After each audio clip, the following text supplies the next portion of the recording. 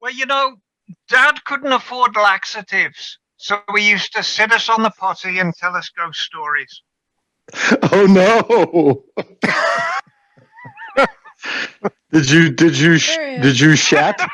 Did you shat your toilet, your loo? I shot my loo. Hey, you guys. I'm going to do the quick intro. Hey, Rick. We were just waiting on you. We're going to do a quick intro, and then we're going to let the people in who are waiting. And tonight is all about Emma, just so you know. Yes. So I will get to it. Favorite topic. Hey there, welcome to Motorcycles and Misfits, coming to you from the Recycle Garage in sunny Santa Cruz, California. I say sunny, even though it's rainy and cold here. I went down to the beach, and there's still people down there in shorts and tank tops playing volleyball. It's amazing. It's amazing.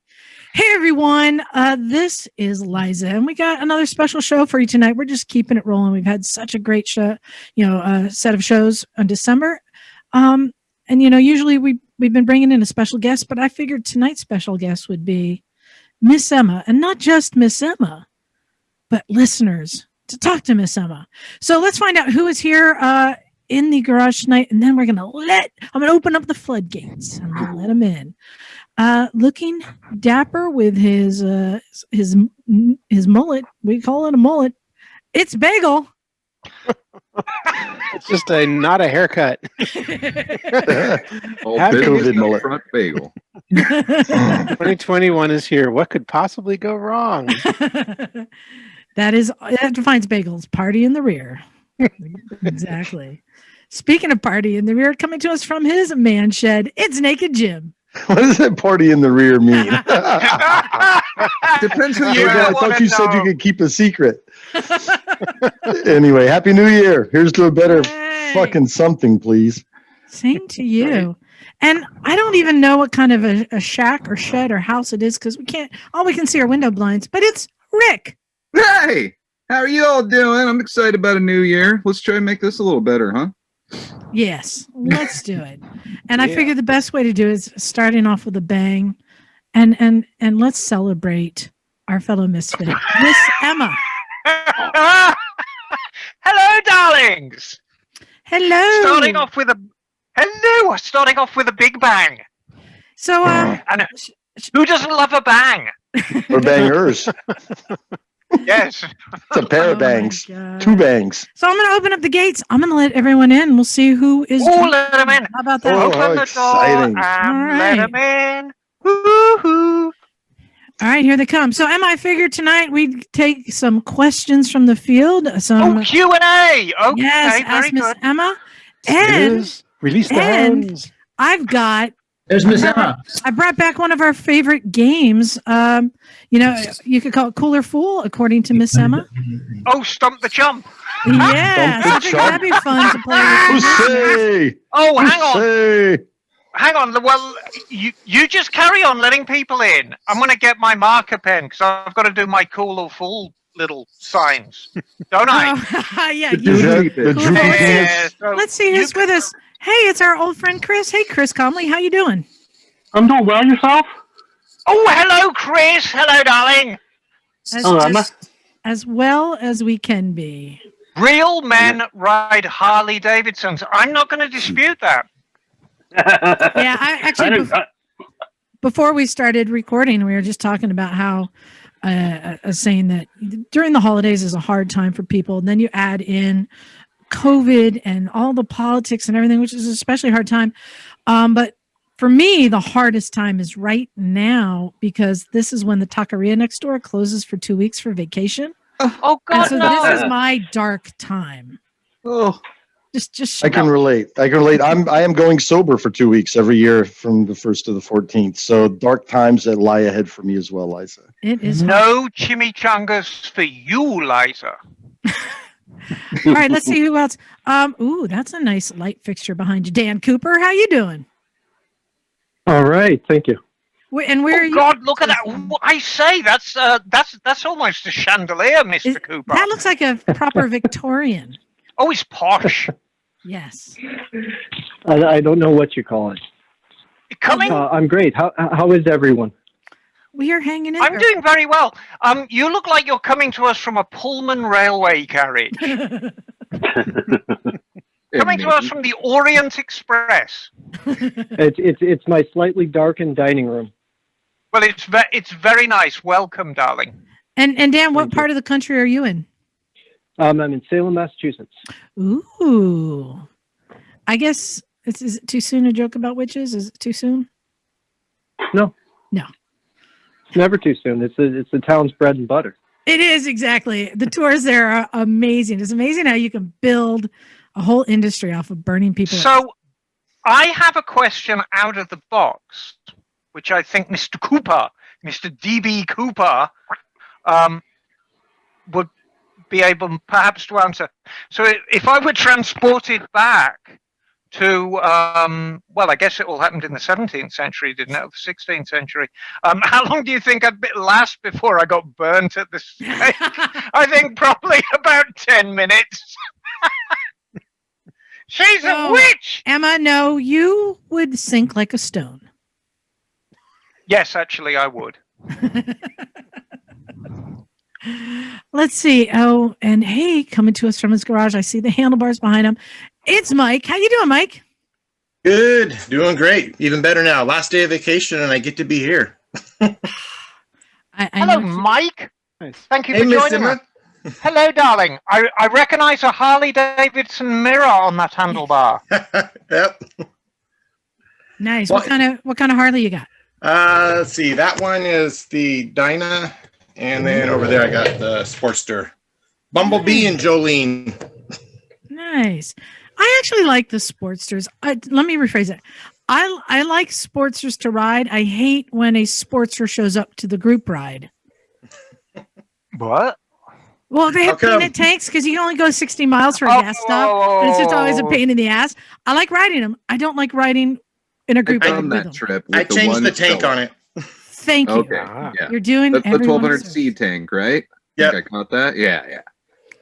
Thank you very much. This is, in case you don't know, Ricky there. Hello, Rick, darling. Hello, dear.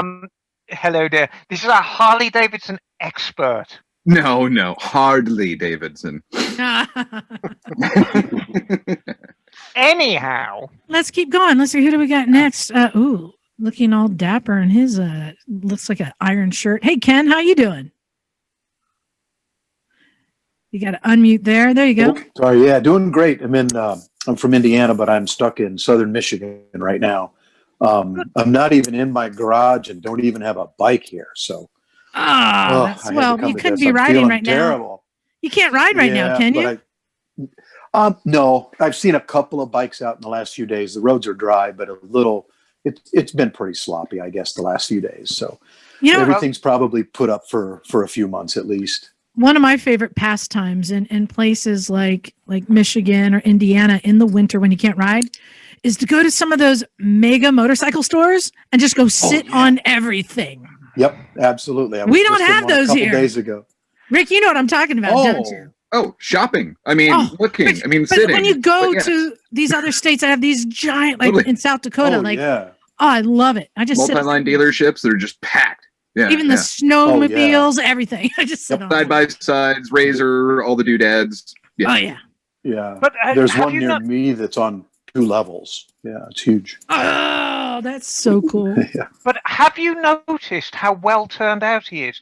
Iron shirt, completely clean shaven. I think groomed just for you. Huh? He's extremely well. Yes, absolutely. I'm glad somebody brought the handsome because I forgot mine. Let's keep you're going down the You're line. consistently handsome, Ricky, darling. We got 2 Ians. Well, let's go to Ian Lindsay. Hey, Ian, how are you? Hey, what's up, everybody? Coming to you from Hello, Ian. Orland Beach, Florida. How y'all doing? Florida. You getting any riding done this time of year? I am actually. I had some time off work for the first time forever. Put about 1,500 miles on the past 4 days. So I'm so Fantastic. jealous. I didn't recognize the name, Ian. Are you North Florida or South? I am just north of Daytona. By Oh, about okay. 10 miles. Yep. So A lot of Perfect. Harleys here. So the north south. Yeah, central, as they say here. Yeah. But Well- I I'll tell you a little secret about Florida. It's like my first love of America.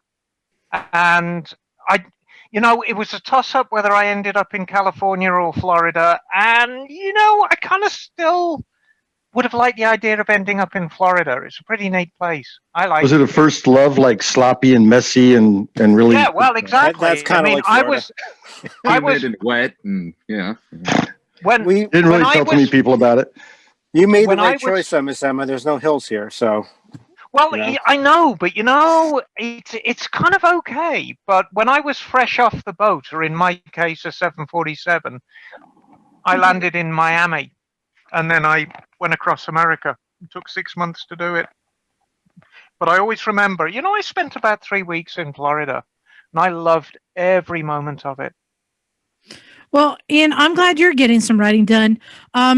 Miss Emmy, you don't know this, so I haven't been doing any writing lately for all sorts of reasons, mostly COVID and being safe. But Jim and I have been planning for like a week or two. Like, we need to just go for a ride. We'll ride easy, take it easy, go down the coast, Highway 1. We need to get on our bikes and go ride.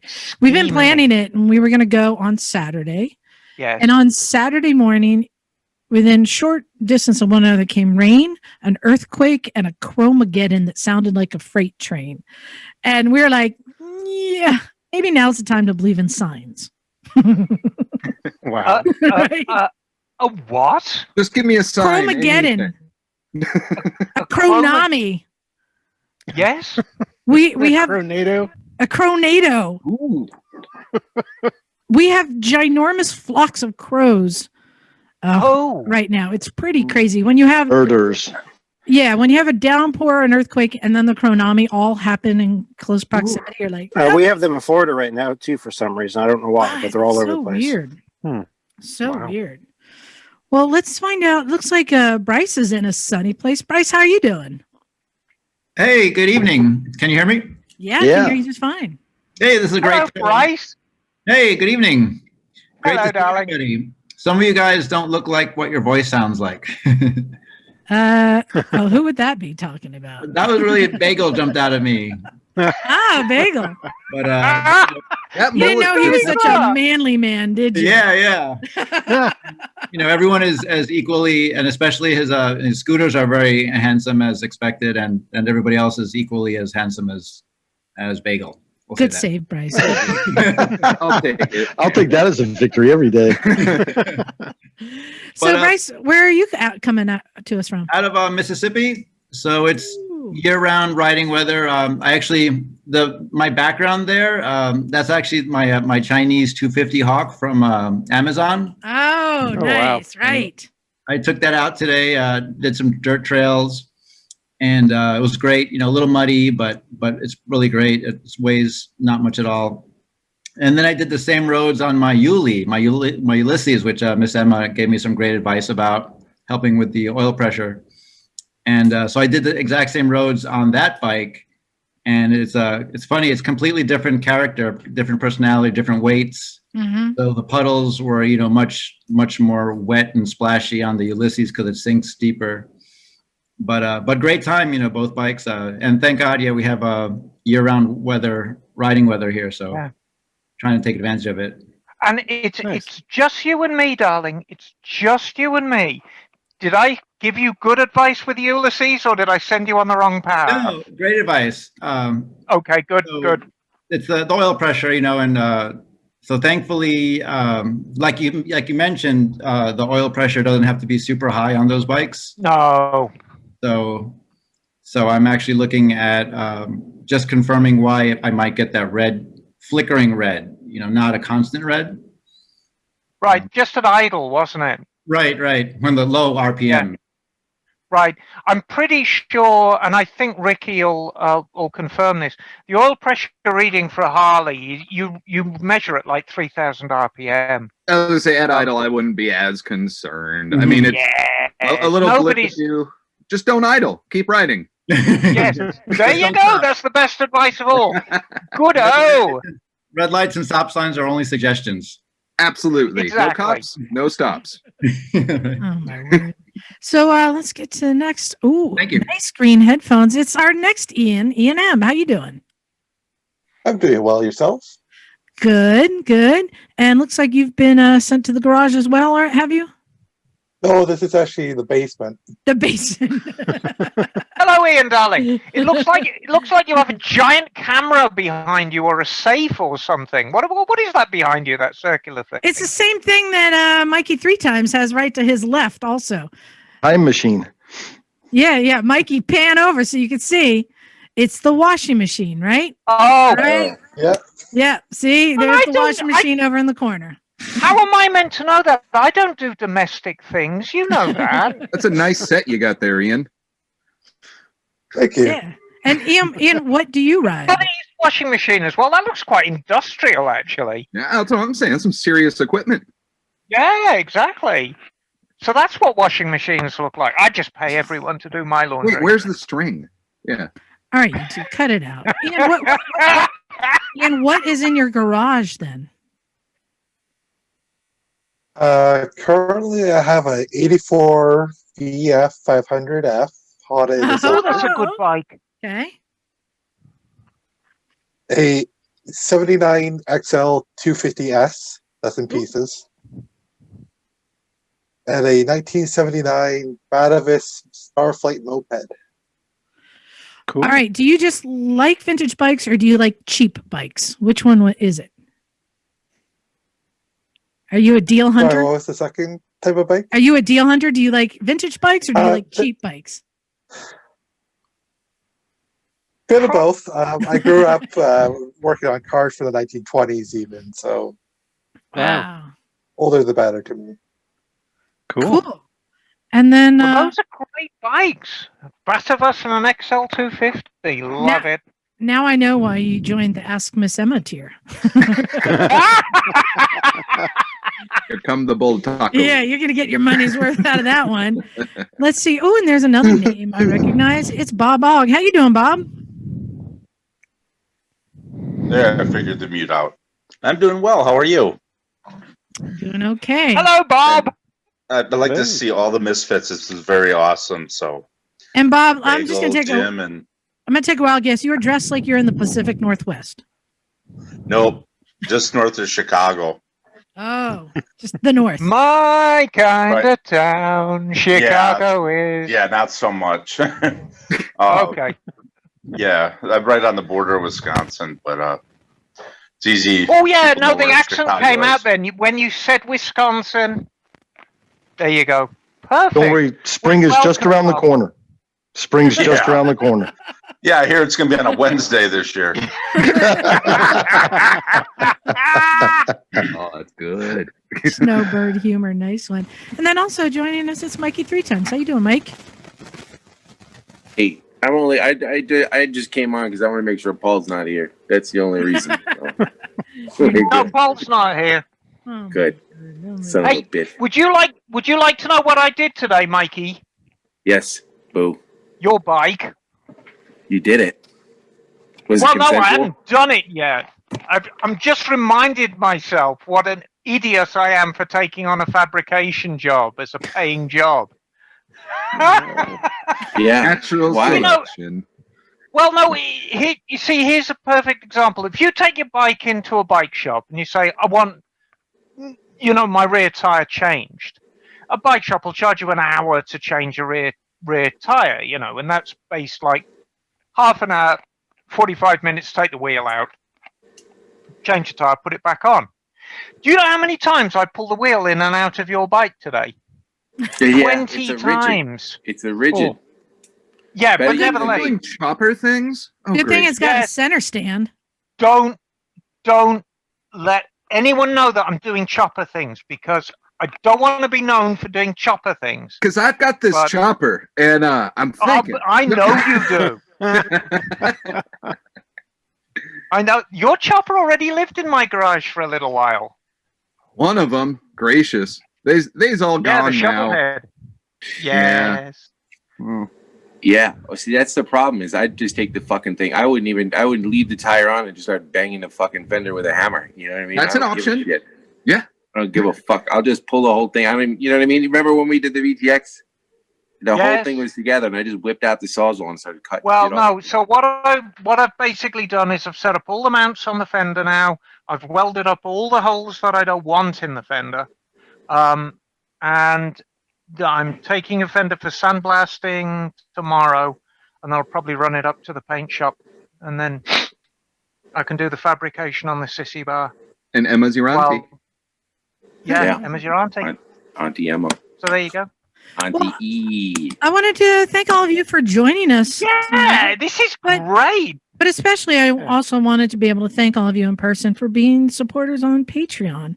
And this was a way that I thought, it'd be great to talk to the people from the Ask Miss Emma and give them an opportunity to get immediate feedback and ask Emma some questions. Before we do that, I want to thank a couple more people. I figure this is a good time to send out thanks. Big thanks to Larry for the shop donation of all the tools. Jim, you got to see the haul that came in. Yeah, big shout out. Yeah, just the boxes alone were a great score. His dad, who passed away a while ago, was a machinist and also worked on hot rods, and he donated all of his toolboxes full of tools. Any 10s or 8s? Well, it's more American stuff like that, but there's a lot of specialty tools and stuff. But yeah, Emma, I let Jim come and grab a couple things that I knew you had already. Ooh, those are nice. No, and that's fine. I mean, I'm the first to admit, and I'm sure Larry won't mind, is I'm going to end up with a lion's share of it for my shop. But what a wonderful gift, and it just reminds me of what a neat community the motorcycling community is. I love these people. Yeah, you guys are the best. Speaking about tools, Liza, you should see Emma's got a whole bunch of handmade tools. Oh, I know. I want to do a whole video on that. Yeah, she's like this. Like, it's really weird. We were using a wrench, and it's got like a bit of an angle on it, like a open wrench, like this, and she grinded down. It's wafer thin. Yeah, it's like super thin, so you could just like get in this. It was like the perfect thing because it was just in this really weird place, and it was perfect. And I'm like, did you know that we were going to be in a wicked place like this? You've seen that movie before? Wow. Yeah, there's a bunch of those handmade tools in this tool collection. But even better yet, Mike, you'll be surprised because I am passing it on to Emma for her new shop. But he also donated a professional tire changing machine. Oh, don't tell knock. Awesome. Yeah, like don't tell knock. Big pneumatic one. Oh, really? Well, Mike, you see, Mike, nice one. Take a finger off. Came out of a shop. Way better than two spoons. Cool. But my promise is when the shop is up and running and I'm actually, ticking over and doing quite well, I will buy a more upmarket tire machine and then I'll service that one and donate it back to the Misfits. So it's only temporary just till I find my feet because, I'm buying everything. I'm not moving into an existing shop. I'm moving into an empty space, so I've got to fill it with everything. Yeah, I tell you, I think it's a good idea. When I opened up my business, I started with little money, and I had a whole bunch of. I basically got used stuff, and then I took the work that I had every time jobs would come in and I'd have a need for something, I would purchase something a little bit better, and then the job would pay for itself. So kind of just. Right, exactly, and that's that's how it's going to work with me. But so the tire machine, it really makes a huge difference. Yeah. For those of you who don't know, I'm a pimp. That's what I do for a living. So yes, big thanks to Larry, and then lastly, I wanted to thank Eric Buell, Mert Lal, Josh, and Melissa, Norman Reedus, all of our guests for the month of December who came through. Big thanks to all of them. I hope everyone really enjoyed that. It was a lot of work, a lot of fun, and a lot of stress for me making that happen. I'm glad we got through that. What a great month that was. So there's all my thanks. So let's get to, does anybody have a question for Emma or the Misfits about their bike or project? Anyone raise your hand? Jump in. Crickets. Rick, you got a question? I got a question for Miss Emma. Okay. Yes, darling. I remember in your garage 4,000 eons ago, Yes. you had a brass hammer. Yes, I've still got it. That tiniest of little hammers. So it's like Thor's hammer. Are you like me? You got a drawer full of hammers?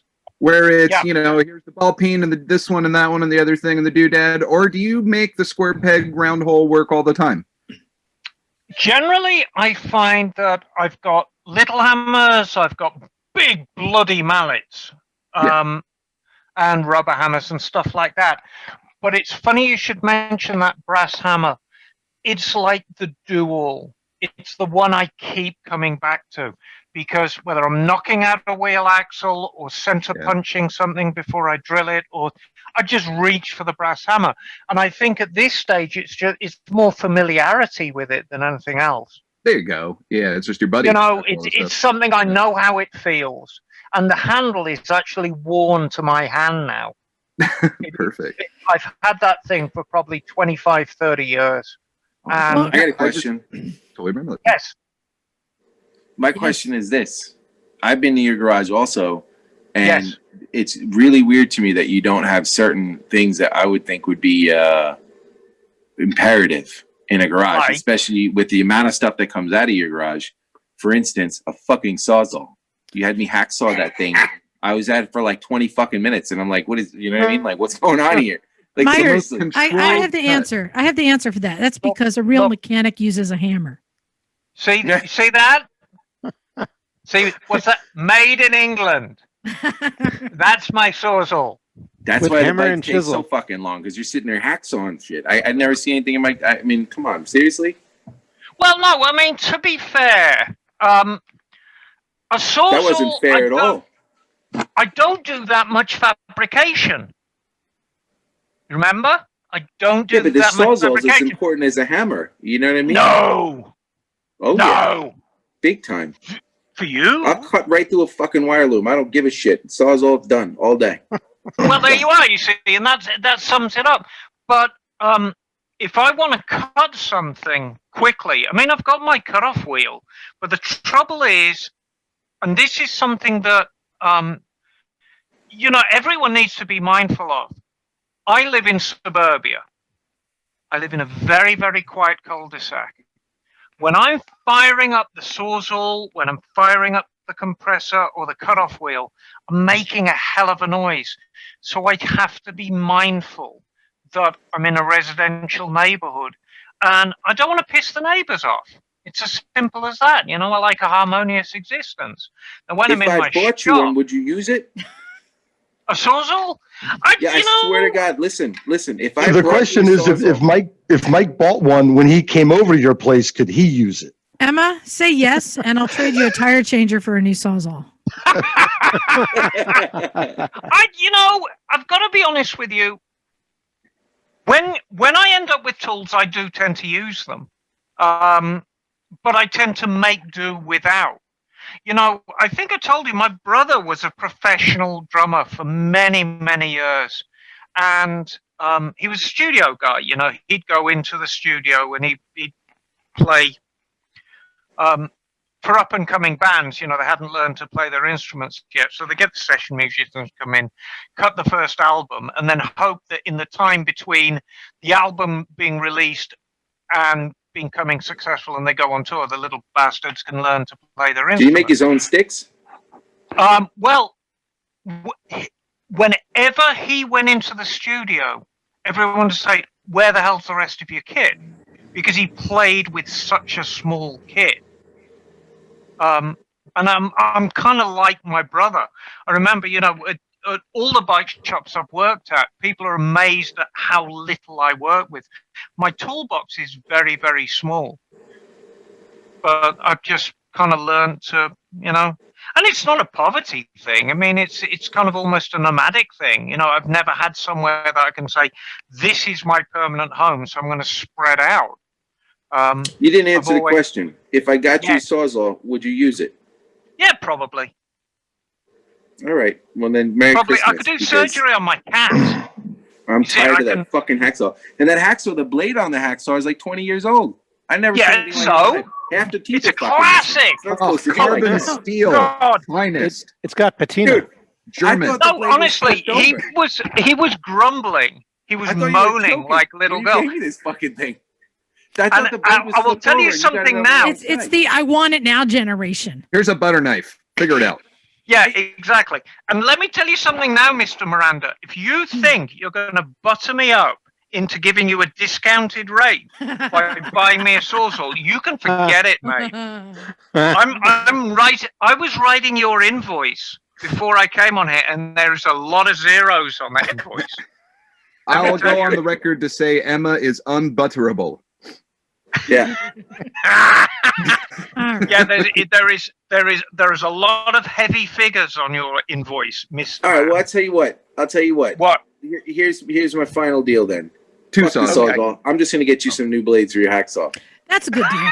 That is a good deal. A gentle compromise. There's your butter. There's your butter right there. Thank you, Mike. Oh, you're the best. And hey, Mike, I'll throw into that pot. If you want to stop by and go through the tool drawer, there's a whole bunch of files in there. Oh, come now. Oh, don't even play. You with know, me. there will always be a place for hand filing. Yes, She picked up a file and handed it to him, and I was like, "Stop it right there!" Yes, exactly. We Same thing. cut this fucking thing off. There was a huge chunk of it. And I'm sitting there just the file was like this. It was like a police baton. Yeah, thing. some files are hungry, take dude. that down. Look, I'm like, come on, man. Everyone It's just fucking- nod if you agree. Like a day off File today. is the way to do it, right? Rick knows. It's a proper See? way. Exactly. All the time. Yeah. It's Grind it about with a being an sanding blade. artisan. It's using the touch of your hand and feeling what you're doing. I am a little Depends on what you're concerned doing. because I don't know whether you've noticed, for the past 10 minutes, not one of our guests has been able to say anything. It's been entirely us Misfits arguing amongst each other. And so they probably think it's funny, but I'm sure they have questions they want to ask. Yeah. Anyone else have a question? About Hey, the this is project? Ian. I got one for you, Liza. Okay, go for it. And for maybe it's more for Bagel, and I know Mike, you get a new garage, and Miss Emma setting up a new shop. I'm waiting on my brand new house with a brand new 2-car garage right now. Nice. And another month to go. So this is my opportunity to set up my garage the way that I'll say I ever dreamed of it. So besides tools, I'm talking like ergonomically. Like, anybody have any ideas on like a good functionality? I guess is Start with the floor. Serious. Okay. Before you move a single thing in there, get your floor done. Get a Sawzall. Yeah. First thing first. No, really. I already got one of them, Harbor Freight. Having a good floor, like what Mike did with his, having a floor that's easy to clean and maintain is really good. A lot of people start moving stuff in and then it's too late. So just something to consider, even if it's putting down some of the snap tiles or putting down. Yeah, I was thinking about like getting the snap tiles.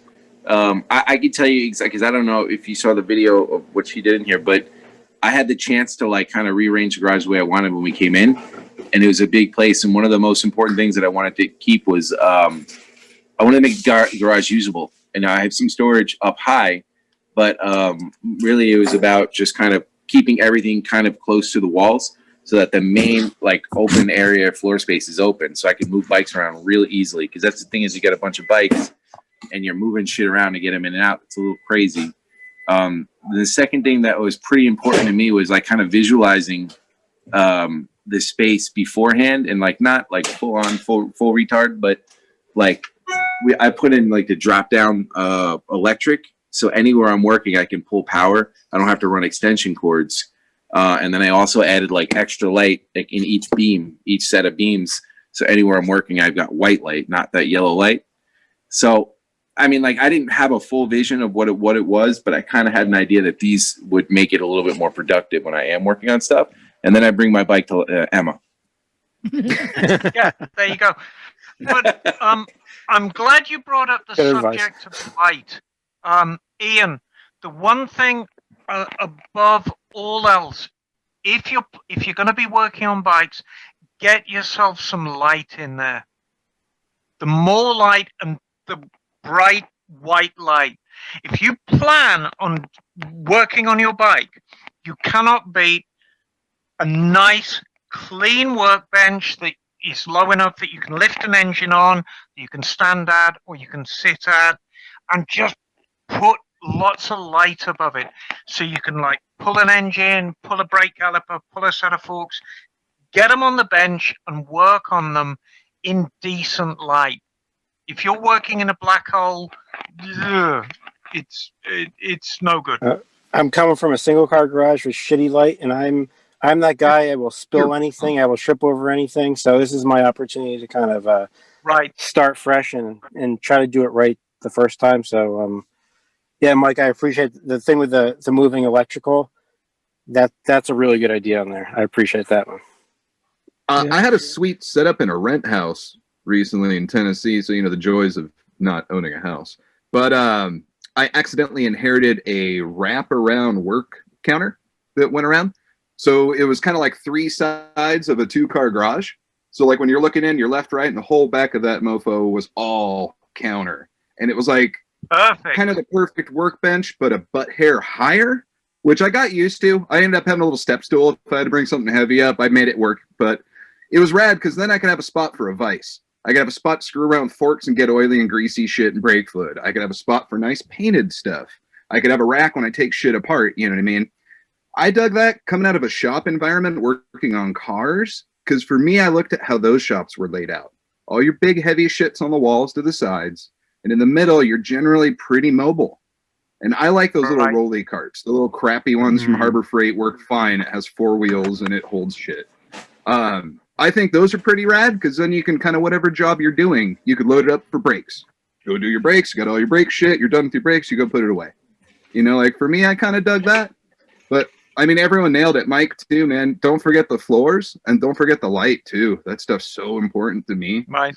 Yeah. I like the redundant light, too, like right on top of that countertop. So when you're dicking the little carburetor. Yeah. And I'm not habitually tidy. I'm not habitually a tidy person, but my work is at its best, and I'm at my happiest when my workshop's tidy. So just make it as easy as you can to keep tidy. Yeah. And your standard of work will go way up. Bagel, go ahead. What you got? Yeah, I also wanted to mention that another thing to plan for is for storage. Like there are these racks that you can get to put along your walls behind Jim, behind Bagel, parts and storage. There are also like shelving that you can get with like containers that you can use for parts. So there's lots of things that you can do to have room to keep stuff off the floor, because one of the challenges that I always had working in small spaces is where do you keep all the stuff? And and I was constantly tripping over things because there just wasn't enough room, and putting it up on shelves really helped with that. Yeah. So something else I want to add that I know that Mike has used, a lot of us have used, put things on wheels, have things on that roll around on carts, stuff like that. Here's a little trick. I haven't been able to use it in my shop because it's too small, but I've done it in the past. A lot of places have one of those salvage home repair, what do you call, like home building supply places. It's usually like Habitat for Humanity. Yeah, that kind of stuff, right? And you can get kitchen cabinets that were base cabinets and put plywood on top and put casters on the bottom. Now you've got a rolling table or a workbench with drawers and cabinets in it. And that is something that's really affordable to get and really functional. So just another little trick that putting things on wheels makes a lot of difference for me, because then you can move stuff around and make space where you need it when you need it. I would say don't get shit pay, if you're gonna get casters and do that, especially with a table like that, you're gonna put weight on it. Definitely get good casters because they'll fucking break, and especially if you have like the diamond plated stuff and it starts hitting bumps, it'll loosen things up. But I also want to second what Emma was saying, and I'll show you what I did real quick. Like, if you're coming from a small place to a big place, I just packed everything into here. But I had the opportunity to go through all my shit and kind of like put it in the way I wanted it to and label everything. So it makes things super quick because you don't have to just throw everything into a pile and then figure it out. If you've got some time in your transition, make a pile in your place, and maybe get a bunch of Tupperwares. I have a label maker for my work, and because I had boxes and I had everything in like a, what do you call it, outdoor shed where you put brooms. I had all my stuff like Tetris in there. And anytime I had to get something, I would have to pull a bunch of shit out to get to it. So when I came in here, I had a bunch of room, but I was like, well, I can kind of keep that same thing going, but organize things. And instead of just all my electrical stuff, I pulled out components and made a little box for it. I pulled out wire nuts and I put them all like in this thing here and labeled them. And I mean, it took me a couple of hours, but anytime I need something, I know exactly where it is. And if I don't know exactly where it is, it doesn't take me very long to find it. So, yeah. Oh, Yeah. and an outlet for a welder, up Oh, in yeah. the garage. Jim will second that, right, Jim? Yeah, like a proper outlet. Yeah. So my little shop, I don't have the luxury of all you guys with your big garages that fit cars and everything. I mean, my space is pretty tight, but it works. I mean, it just goes to show, it shows what little you need to get stuff done. And you watch, bigger the garage, the more stuff you end up accumulating. But I am jealous, don't get me wrong. But, welder and a grinder come in super handy. I use it all more than I thought I ever would. I suck at all of that, but, you get better and better as you go. But it saved me a bunch of money in repairs too. Shift levers, things like that, the brake that you just kind of tack back together. I think another one we've all said a bunch of times is just the Harbor Freight, the Harbor Freight lift. Mm-hmm. That's about that. That's exactly what I was going to get. And I'll show you. Well, while we're doing the whole Zoom thing, the other thing I really like is, I don't think you can see it. I got that little floor jack right there, that little scissor jack. Yep. So that I can just pick it up. It goes right underneath the bikes, so I can put that under here, lift it up. And ergonomically, my back used to suck, but ever since I got the lift and I do all the work, so if I'm taking the tires off, I get it up on the table, lift it with that little scissor lift, take both the wheels off, and it's all right at chest level. It's life-changing. Yeah, the Harbor Freight lift thing is, good. And don't forget your mini fridge. Yeah. Any proper garage has a mini fridge. And if you really want to go all out, well, Bagel can show you what he has in his garage. Bagel, you know what I'm alluding to, don't you? Are you talking about, are you talking about my tire machine right here? Nope. Over in the corner It's the next to torture the chamber, Bagel. What's in the corner next to the sink? Oh, yes. Way over there, back in the corner, is my urinal. Nice. I figured a joy. There you go. Huh. There you Okay. go. I know. I have no use for a urinal, but I'm like, that's cool. I want one in my garage. Give it away. Floor drain. Hey, it's a challenge. He's a Bidet. funnel. Hey, Mike, how do I do a bidet? Jim wants a bidet. I got a garden hose right out here. It kind of works. Dig a hole, take a shit in it, and bury it. You're good to go. Ian, congratulations on getting a new house and a new garage. That is exciting. So how many more bikes will this give you room to buy now? Well, I got 3 going in there as I know of it. I'm planning on probably having about 5 before I, say I need to get rid of something. But we'll see. Good number. Well, congratulations. Bob, you've got your hand up. Bob, do you have a question or some input? Well, actually, I got something for Ian or anyone that's going to be setting something up. Don't forget environmentals. I live way up north, so heated garages are very nice. But down south, maybe air or fans, because we know it's a lot nicer to work when you're comfortable than you're dripping sweat or freezing trying to work on your bike. Yeah, Bob, that's a good point, because I'm coming from right on the coast where I had a 1-car garage and shitty fiberglass garage door. The humidity and the salt's the number one thing with the humidity. Moving a little bit inland, so I'm hoping to kind of regulate it a a little bit. I'm planning on putting a ceiling humidifier fan or something like that. I had one, and it dehumidifier. did actually. It worked pretty good, but with the salt there next to the ocean, it's just a struggle everywhere you put it. I imagine it's very corrosive, huh? It's terrible. So I'm looking forward to be a little bit more inland where I don't have to worry about it as much, but it'll still be there a little bit. Well, that was a good one. How about you, Mike? You got some input or you got a question? Mine was a question for Miss Emma. Hello. Hey, Miss Emma. Oh, by the way, I'm from the Abyss of San Luis. I don't think I said where I was. Where I'm at. God! My old stomping ground. Go Mustangs. Yep. And I did get to ride with you a few months back, Miss Emma. Oh, right. The gentleman's ride. Yes, you right, did. When you caught up.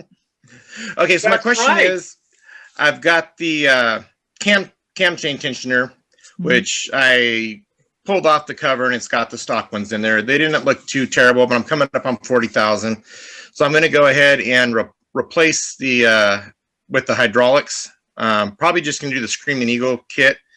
Yeah, and just wondering if you had any tips or anything that to look out for might make it easier. It seems pretty straightforward, the process. It's a very, very straightforward process. Understand what you're doing.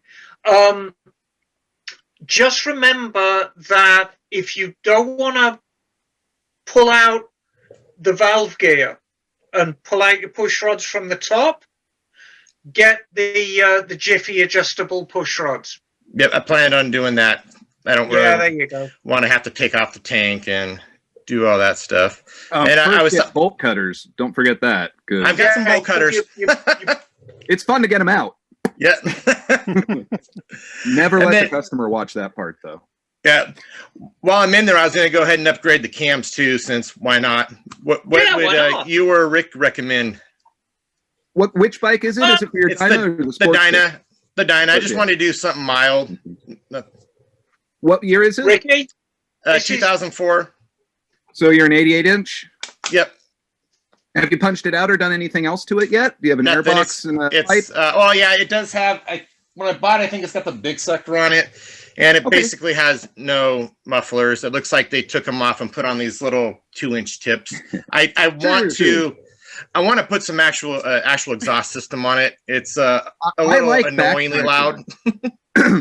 I find that a nice 2-into-1 on those things with a little bit of back pressure, and that thing wants to scoot. Your bottom end's there all of a sudden, and you're jumping instead of crawling off the line.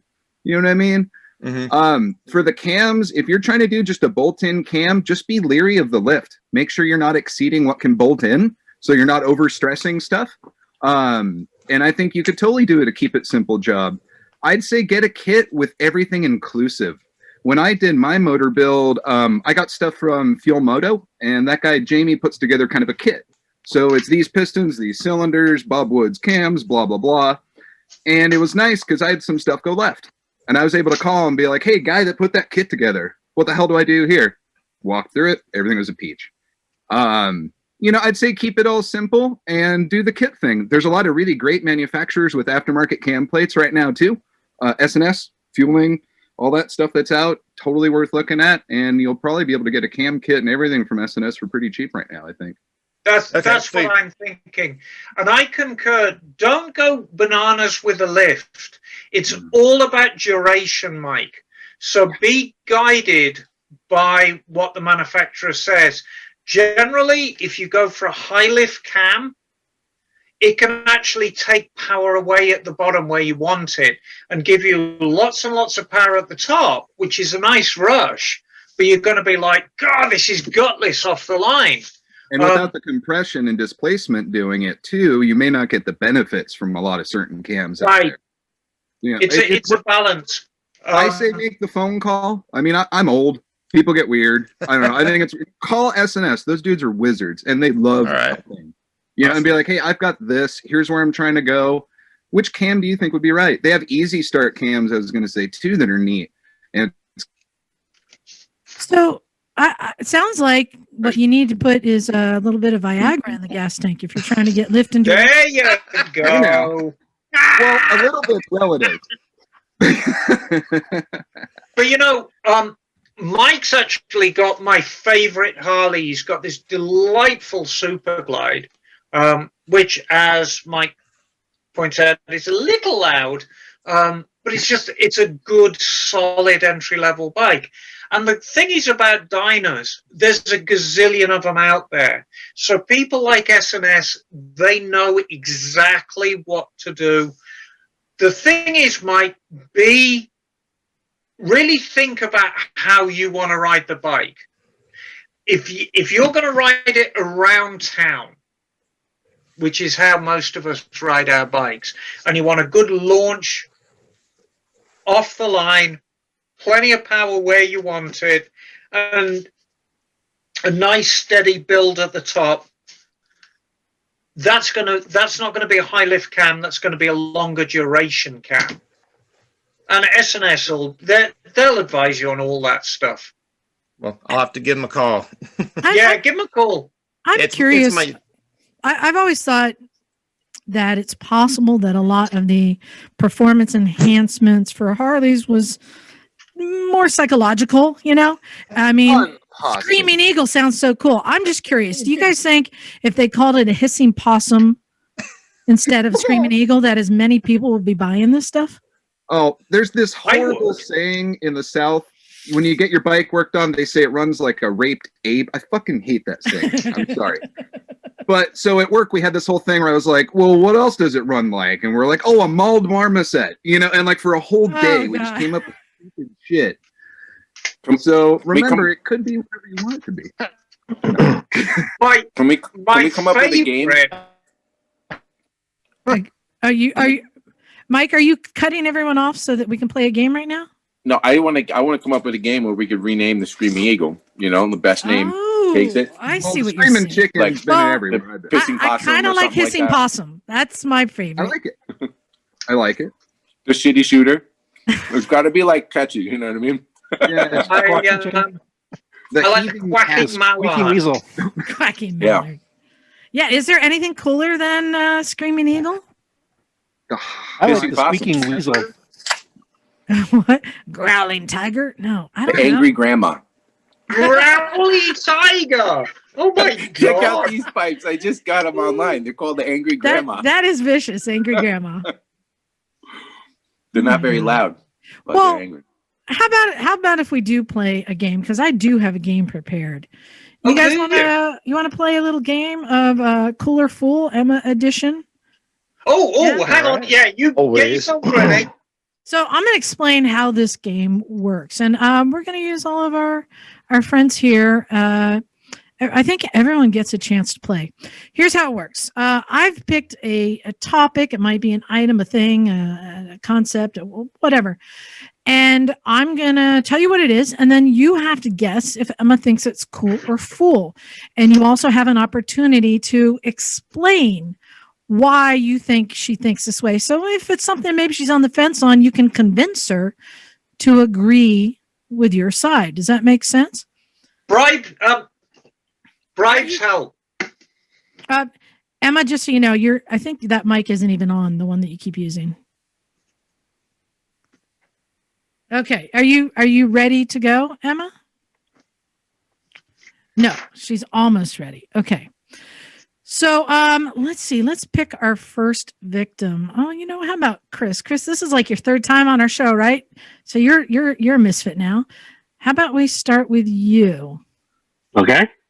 All right. I'm going to let you prepare your argument right now. I'm going to give you a second to think about it as she's getting ready. Now, what do you think Emma thinks about the new Harley Pan America motorcycle? Because there's a lot of people talking about it. They're considering getting it, and they're comparing it to like the GS 1250. This a lot of people. It's controversial right now. So I want to know, what do you think Emma thinks about the Harley Pan America? Is it cool or fool? So that's a tough one because I'm one of those that actually wants to really like it. Mm-hmm. So I would say cool because it's Harley reaching out to an untapped audience. All right. Emma, what do you think of the Harley Pan America? Cool. Well done. What do you think is cool about the Pan America? Well, you know, it's first off, the adventure bike market's been done to death. Triumph, do the Explorer, the GS, of course. I mean, you could argue that the Multistrada's adventure bike of sorts, but there's always room for one more. And you know what? When I go back to all the times, Jim, that we were at the One Show, and we saw those Harley Davidson engined desert bikes, they're cool as hell. Yeah. So a Harley powered adventure bike. And if you look at, well, you've seen people do it. I think that, so one thing I'll say quickly is the cool thing about the Harley adventure bike is the price point. It's under 20 grand, you know? So I mean, how many decent Harleys can you buy for under 20 grand? But I don't know, I don't know enough about the components and the suspension to do, but if you look at, if you want to see one of the best examples, I think, of a desert hooligan big V twin is Carducci Dual Sport. Carducci, we had them on the podcast, and he's taking a big V twin, and you have to see the bike, but brilliant stuff. So, I mean, will it catch on with Harley buyers? That's the thing. And for 17 grand, you can get a used Africa twin for, 10 or 11. Will Harley buyers buy it? I guess that's the question. And then how much money do you put into it afterwards? But no, I think it's cool as hell. I really do. Okay. All right. So let's go to Dan. Dan, this is controversial. I want to know what you think Emma thinks. What do you think Emma thinks of halfy helmets? Of what? Halfy helmets. Half helmet. Pudding bowl. Yeah. Skid lid. Skid lids. Brain buckets. Mm-hmm. Daytona special. I'm gonna have to say fool. Fool. I'd say And fool. why do you think she thinks it's fool? They do look good and they do fit the image, but they don't do the job. All right. Emma, what do you say about half helmets?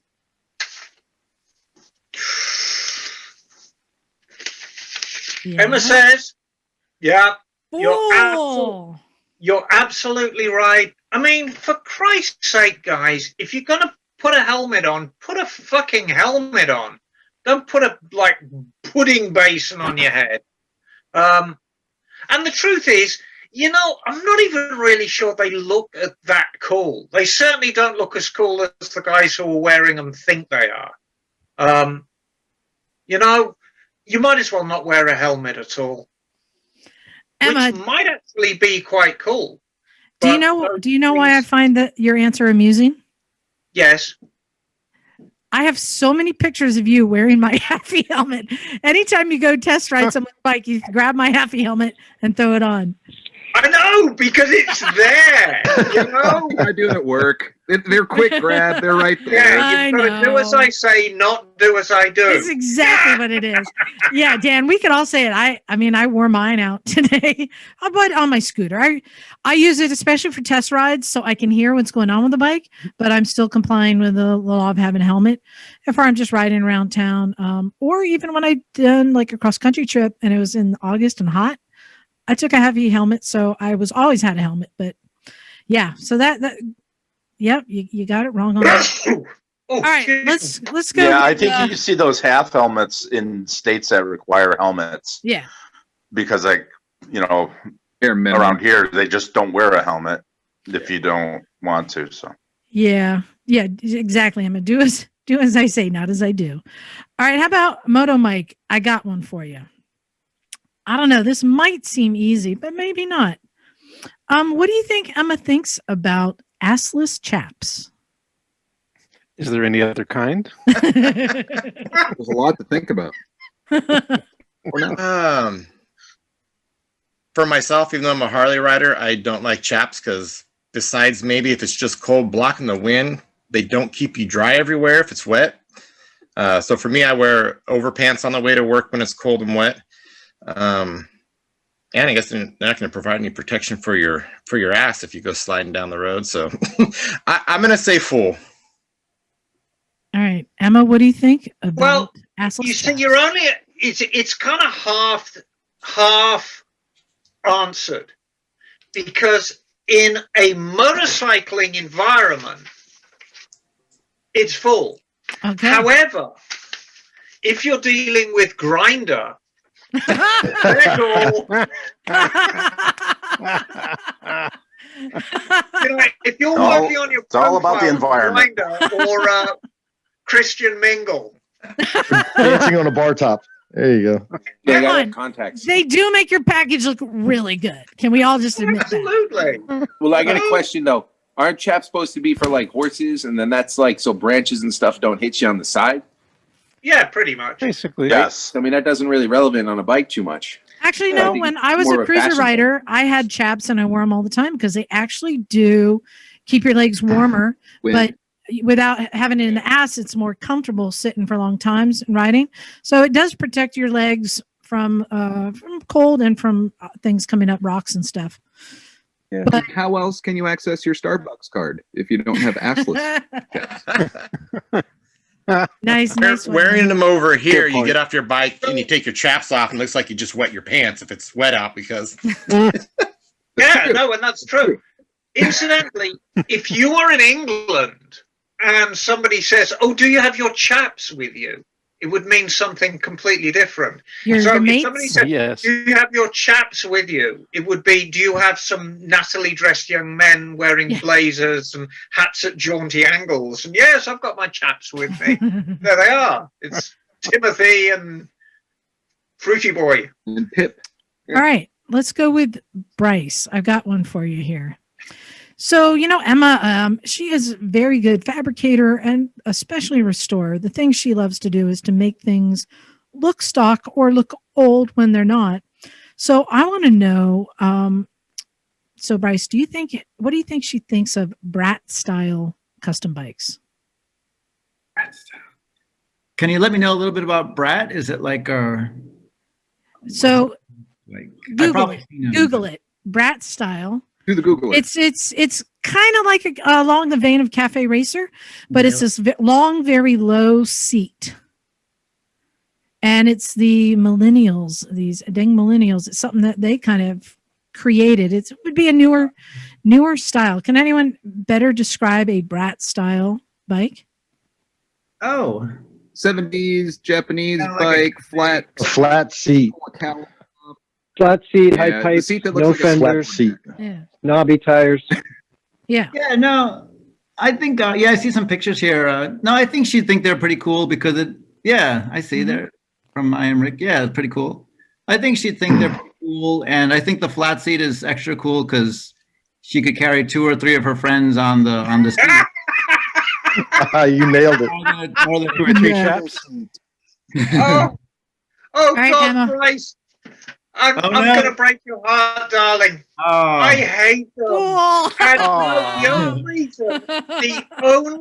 the only reason is they've been done to death. To me, customizing a bike is creating it in something that you have in your mind. And, the whole Brat style, it's so formulaic now. You have to have the flat seat, you have to have the wrapped down pipes, you have to have the flat black wheel rims, you have to have the lovely tires, and it's like you have to build it to this exact formula or it's not a Brat style bike. And to me, that's kind of defeating the object of customization. Customization really should be like, if everybody painted pictures that look like Van Gogh's, they wouldn't be special. I mean, a customized bike should be something that's very, very personal. And if you lack the imagination and have to build it to a formula, don't bother. Just buy a stock bike. I've upset a lot of people now. I'm sorry. And Bryce, I am sorry, darling, but where'd everybody go? I'll take that one for the team. Well, I'm sure way back in about the year 2000, the very, very first Brat style bike was cool as hell. 100,000 Brat bikes later, some good, some bad, some with brown seats, some with Firestone tires on. The genre's like, oh God, another fucking Brat. So there you go. Sounds good. All right. Well, you guys aren't doing that great so far. No, they are. They're doing I don't know very what well. I don't know what podcast they're listening to. Can't be this one. I know. Yeah, come on. All right, let's go with Ian M. You're up next. Ian, what do you think Emma thinks about the Yamaha Nikon? You know that thing with the weird two wheels in front? It has two different sets of forks. It looks like a monstrosity. What do you think Emma thinks about that bike? I would say cool just for the weirdness of it. You know. That's a good guess. Emma. And I got to ride one of them last year. Did test ride. I was surprised. Cool as hell. Oh my God. I There mean, you go. anybody who puts an extra front end on a bike, oh my God. It's right up there with stretch Busas, right? Absolutely. Nice. You know, Can you make a stretch? no, I mean, stretch you Nikon? know, it's what I said. It's a misfit among spikes. And the thing is, you've got to take your hat off to Yamaha because they consistently come up with this goofy stuff that really is, it's like nothing else on the road. Like the Nikon, the GTS 1000, even the VMAX back in the day. I mean, it was a huge leap of faith. So, no, I love everything, anything that's different and weird. And the Nikon is weird. Just to add to it, when I rode one, I didn't expect it to be as responsive as it is. It looks like it would be slow for turning, but it wasn't. It was really responsive. If anything, it gave me a lot more confidence on the road because you have double traction on the front wheel. So I felt like I wanted to get it onto a track and really push it into corners. Like that's what I wanted to do. I had a lot of confidence on it. I thought it was pretty cool too. Right. Ew. I'm gonna keep this going down the line. Let's get to who's next. Ken. Hey. I think that you've been around long enough. You'll know what this is. I want to see what you think Emma thinks about the Honda ATC 250R. Do you know what I'm referring to? I do not. I'll be honest. I do. You know not. the famous ATC Honda three-wheeler that kept killing people, so they banned them. The outlawed three-wheeler. That's right. Yeah, I do now. Yep. Yeah. Yeah.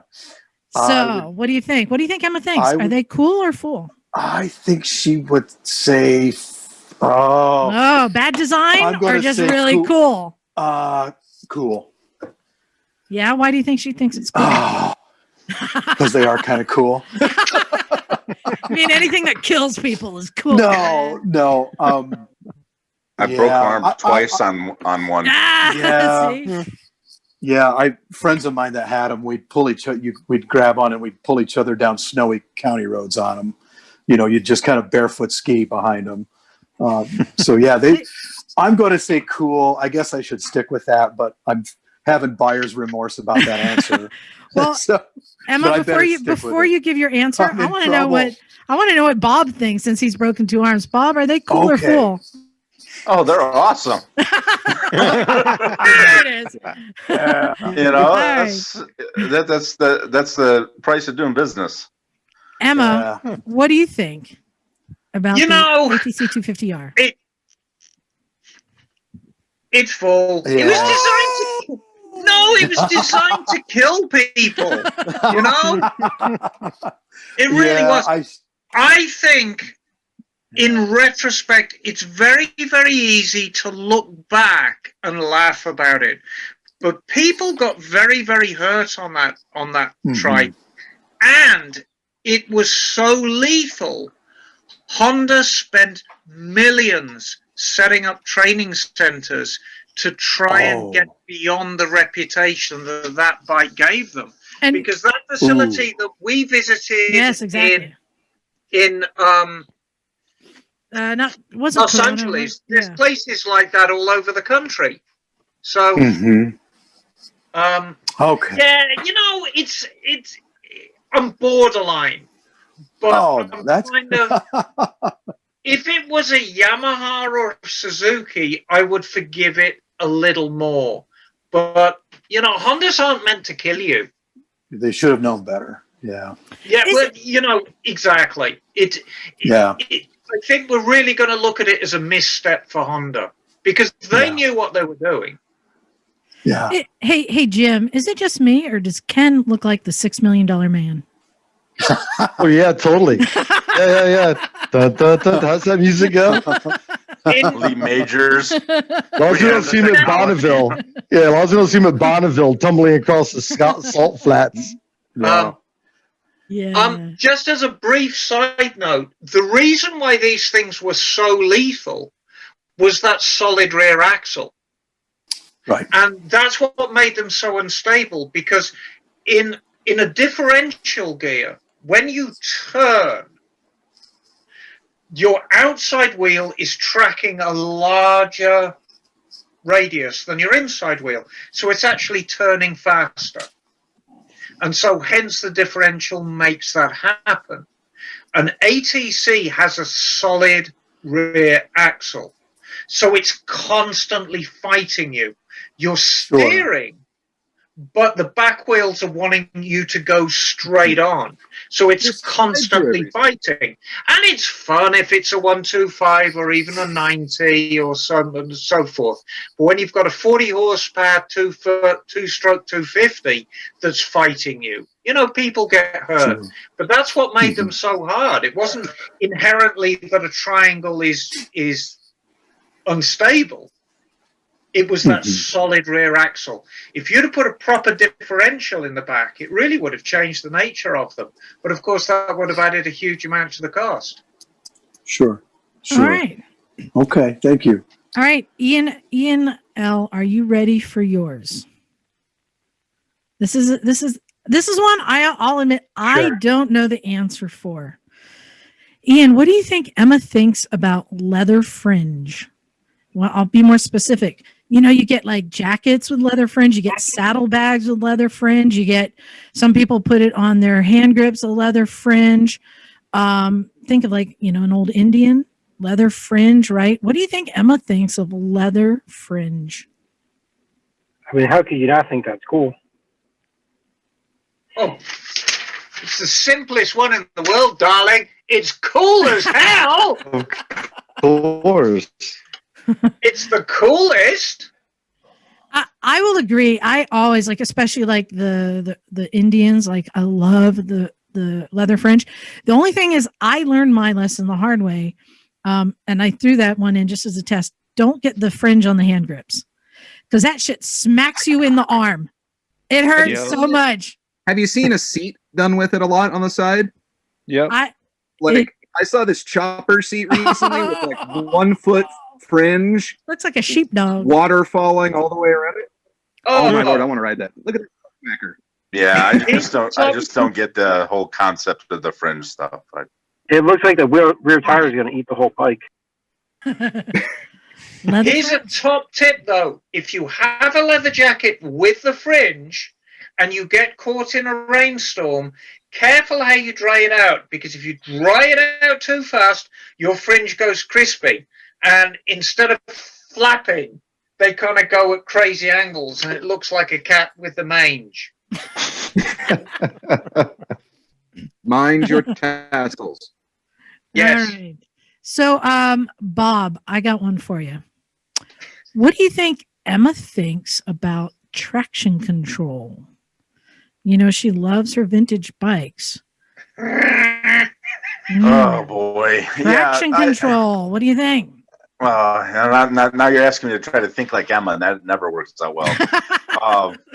But I'm going to say what I feel, and I feel it's cool because I'm into safety, ABS, traction control, all that kind of stuff. All the things. It's nice to be able to shut it off. So all right. It's full. It's also another thing to go wrong. No, that's true. It's like, no, that's true. It's one more element to keep people like Emma employed. Yeah. So Emma, yeah, no, that's true. Yes, Emma. However, what do you think? I'm gonna break your heart too. Bull.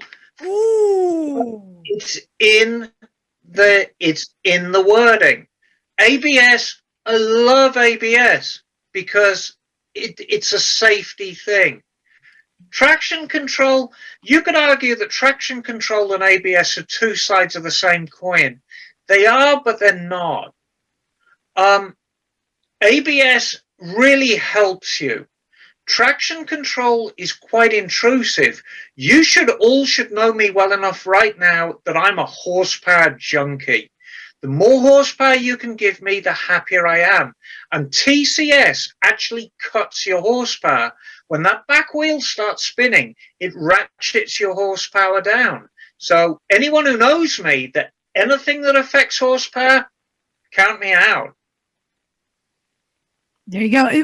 And I'll say, like Jim and I, though, I think we've learned to really appreciate it on our Africa Twins, as long as it's in the right setting. Because there are times it has hindered. Yeah, and that's the key. Unless you're riding like 200 plus horsepower, you should never need TCS on the street. Never. Yeah. Well, it does give me confidence when I'm riding on like wet roads or something. I like having it on just in case. It might just be a confidence builder. I don't even know that I've ever, accessed it while on the pavement. But what you've got to do is let's expand this further, because I want to make sure that people understand that I'm not against ABS. Mm-hmm. So when you lose traction, your natural inclination is to shut the throttle and brake. Okay?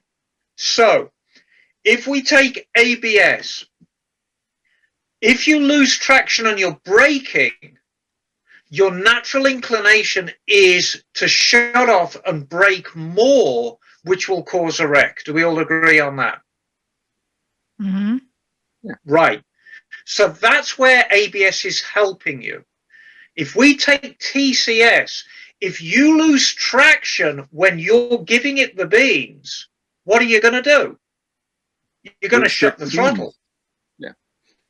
Yeah, you're going to shut the throttle. Only a madman opens the throttle wider if you've lost traction and you're accelerating. So you've just done the job of the TCS. And that's your natural inclination. So ABS, yes, that's helping you enhance your natural inclination. TCS, that's just taking over from your natural inclination, which you won't really need anyway. You're accelerating on a wet road and the back spins out because you're giving it too much. You're just going to shut off anyway. All right. I want to change my answer. So I got a couple more. Let me hit up some of the Misfits in. How about Jim? Let's hit you up. What do you think Emma thinks of the Hawk 250 dirt bike, like the one behind Bryce, that you can buy on Amazon for, what is it, like, how much are they, Bryce? $1,500. $1,500 delivered to your house. Oh my God! A 250cc dirt bike from China. Well, who doesn't like a 250? Who doesn't like a dirt bike? It comes apparently with your own wallpaper you can put on your computer screen. Very accessible, affordable. Let me see, Emma. How old is that brass hammer you have? How old is that brass hammer? It's not quite Carter administration, but yeah, exactly. No, she would. I think Emma might shite all over that Chinesium dirt bike. Not to take anything away from it, I just know Emma's love for things mechanical that last, and things that last are well built. They're well constructed. The metallurgy is done well. And those are all things I think when I see Emma go through bikes, she considers all the things. And I just don't see Emma wrapping her bosom embrace around Bryce's bike for those reasons. Not to take any, I would take Bryce's bike to AMA Vintage Days every day, all day. Yeah. So nothing, but I just don't see Emma it being quite up her alley.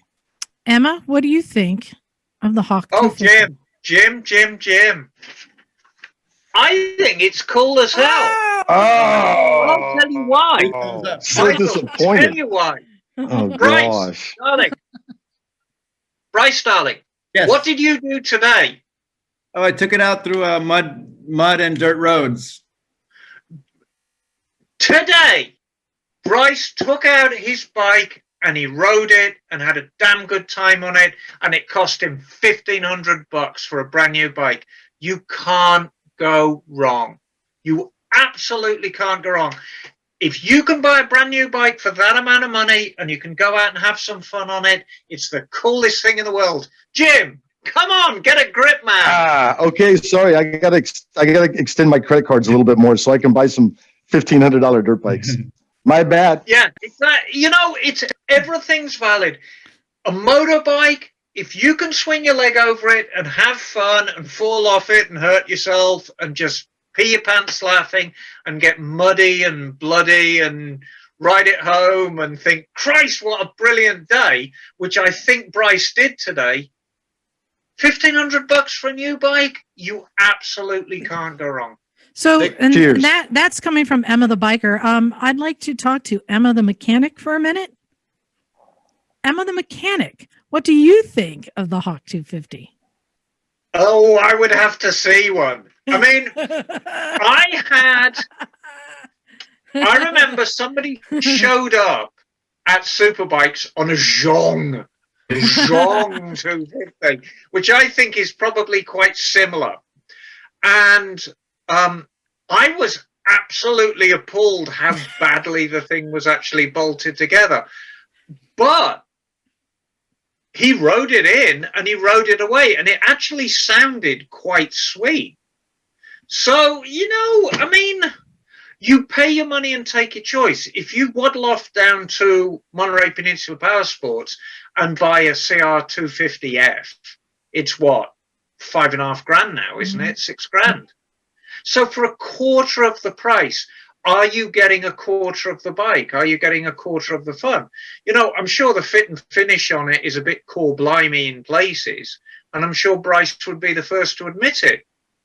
But if you can actually swing your leg over it and have some fun on it, that's really where the buck's got to stop. And can I throw out there, prior to buying it, I actually read a lot on like the Facebook user groups and maintenance groups, blogs for the bike. So I did learn a lot about stuff that I never experienced. For example, a carburetor and a chain, because all my bikes have been Buells, so they're belt driven and fuel injection. And courtesy of you guys, I got, my buddy gave me a CX 650X or 650C. So I had to learn about carbs, but I didn't have to learn about chains because it had a shaft drive. So, the bike, I fully entered it, learning about the issues and how to work around the issues. So it was kind of like a challenge, like entering it, expecting that I'd have to, rebuild the carb or replace the chain frequently or, deal with maintenance. And actually, the fit and finish, like a lot of the plastic body panels, I actually intentionally leave off because it just rattles so much and I don't want to lose them on the side of the road. So I kind of eliminated some failure points by just leaving off the green plastic. But other than that, it's been fun. It's getting better with I think I'm up to 700 kilometers because that's what's on the Speedo. It's fun, and cheap entry point. So I'd like to weigh in on this because a year ago, I would have told anyone the same thing. Don't waste your money on a Chinese bike. Just don't do it. But a lot has changed in the last year. One of the things that's changed for two reasons, you can no longer buy a cheap project bike on Craigslist. When they started charging $5 to list, people didn't want to waste. They're selling a bike for a couple hundred. They don't want to pay $5. Also, everyone bought up all the project bikes since they're COVID, right? And they're looking for projects. So finding a cheap project bike to learn how to wrench on is hard to come across now. So now having one of those bikes that, even though it's new, it's all the old basic mechanical things, and you're not going to find many mechanics who will work on it. If you want to get into wrenching, that's a great project to have. Is one of those. So I've kind of changed my story a bit on it. So I'm hope you do get in there and learn how to work on it more. All right, I got one more, and let's go to Rick. And this might be an easy one for you. I don't know. Since you go back, I have known Emma a long time. But I don't know the answer to this. Rick, what do you think Emma thinks of sidecars? Oh, curveball. Shit. Now, I mean, I could say she has a love-hate, but this is a one-sided. Mm-hmm. I'm going to say... Emma's going to say cool, as long as we're sticking with the appropriate vehicle with a sidecar. If we're talking about grafting a sidecar on something that does not need a sidecar, I don't think that's what we're talking about.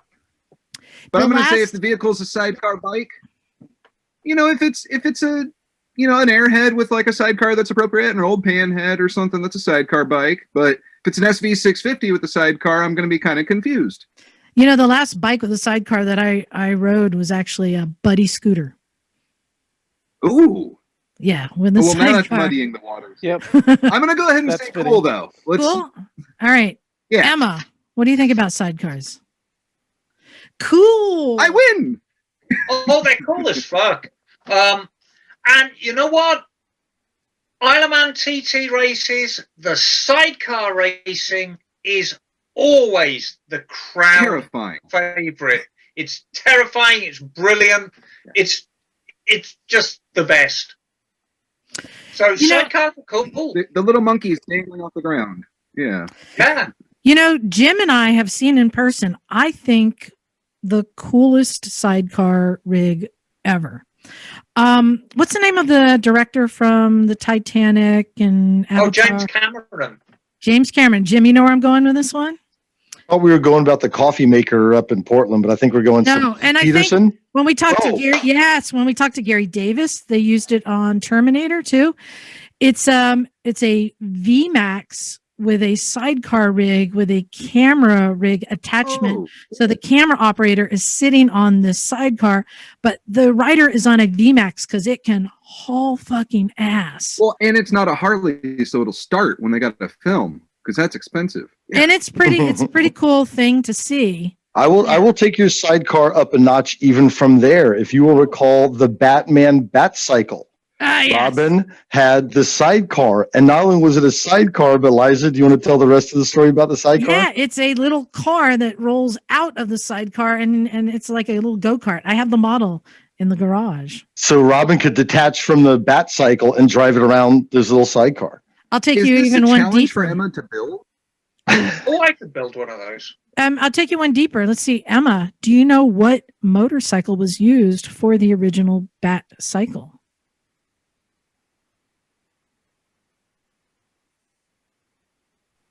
Crickets. I think it was a Yamaha. It was a Big Bear.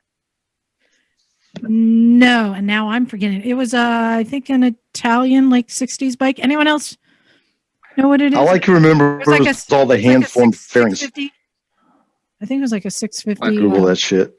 I got to look at it. It may have been a Yamaha. Actually, I think you're right, Emma.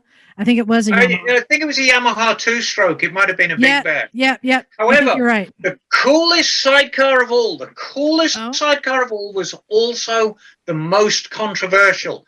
And you guys have never heard of it. And you're going to have to Google it, Liza. Okay. And it was raced by a guy called Rolf Bieland. So if you Google ROLF BILAND is BO. BEO. Wait. Rolf Bieland's BO. And it looks like a Maserati with a wheel missing. Rolf Bilambio sidecar. What? Oh, it does. It's Isn't that wild? Hard to describe what that is. Yeah, it looks like a bumper car with two riders. It's like yeah. The BO was very, very controversial when it came out because it won everything. It was one of the first truly integral sidecars. It was designed as a sidecar, just complete. So it's really a racing car with a wheel missing, and it Yeah. won everything. And so the natural inclination was to ban it, but it's really set the standards for the day. I mean, Rolf Beeland, this is probably, God, 30, 35 years ago. Yeah, when There you it is. see, There's see the it like video. that, you can tell they just took the one wheel off. Yeah, interesting. Isn't that, So the bat, isn't that the wild? the bat cycle was a Catalina 250 It was a Okay. Yamaha. Yamaha. Yeah, you were right with the Yamaha. But I Googled it too. It's in the first season, in the first one episode, they used a Harley. A 1965 Harley Davidson with a sidecar. Wow, that is cool. Just one episode in the first season, and then they went to the Catalina. After the stuntman died. Yeah, probably something.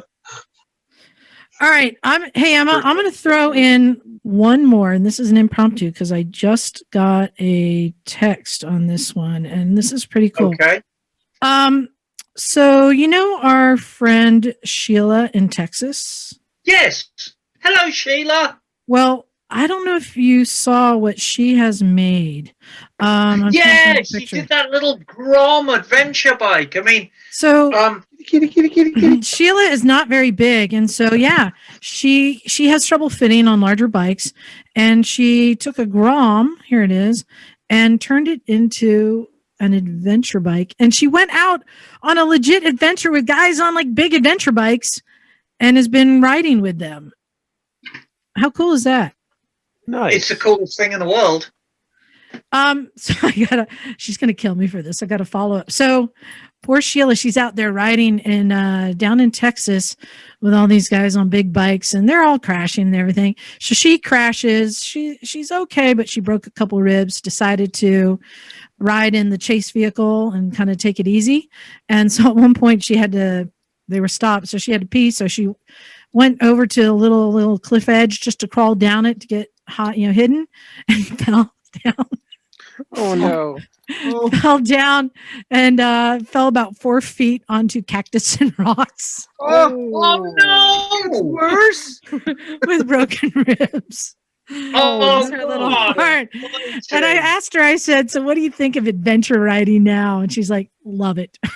I said, well, adventure riding and adventure peeing. Exactly. Fall down, hit the rocks, get all them needles in you, and you still gotta pee. Well, unless you're mid-act peeing, and then you got a whole nother situation. But Did she? Did she have a trousers doon, or had she already taken her trousers off? Oh my God! No, I think she was crawling down when she fell. Because that would have been something if she was actually peeing and then fell. That would have been extremely painful. I thought it was cool when she was telling me about this project she was doing, but then to see her out there riding with people on like DR650s and big bikes, and she's hanging with them on this adventure ride, I'm like, okay, that's kind of badass. No, I think that's sweet. that's wonderful.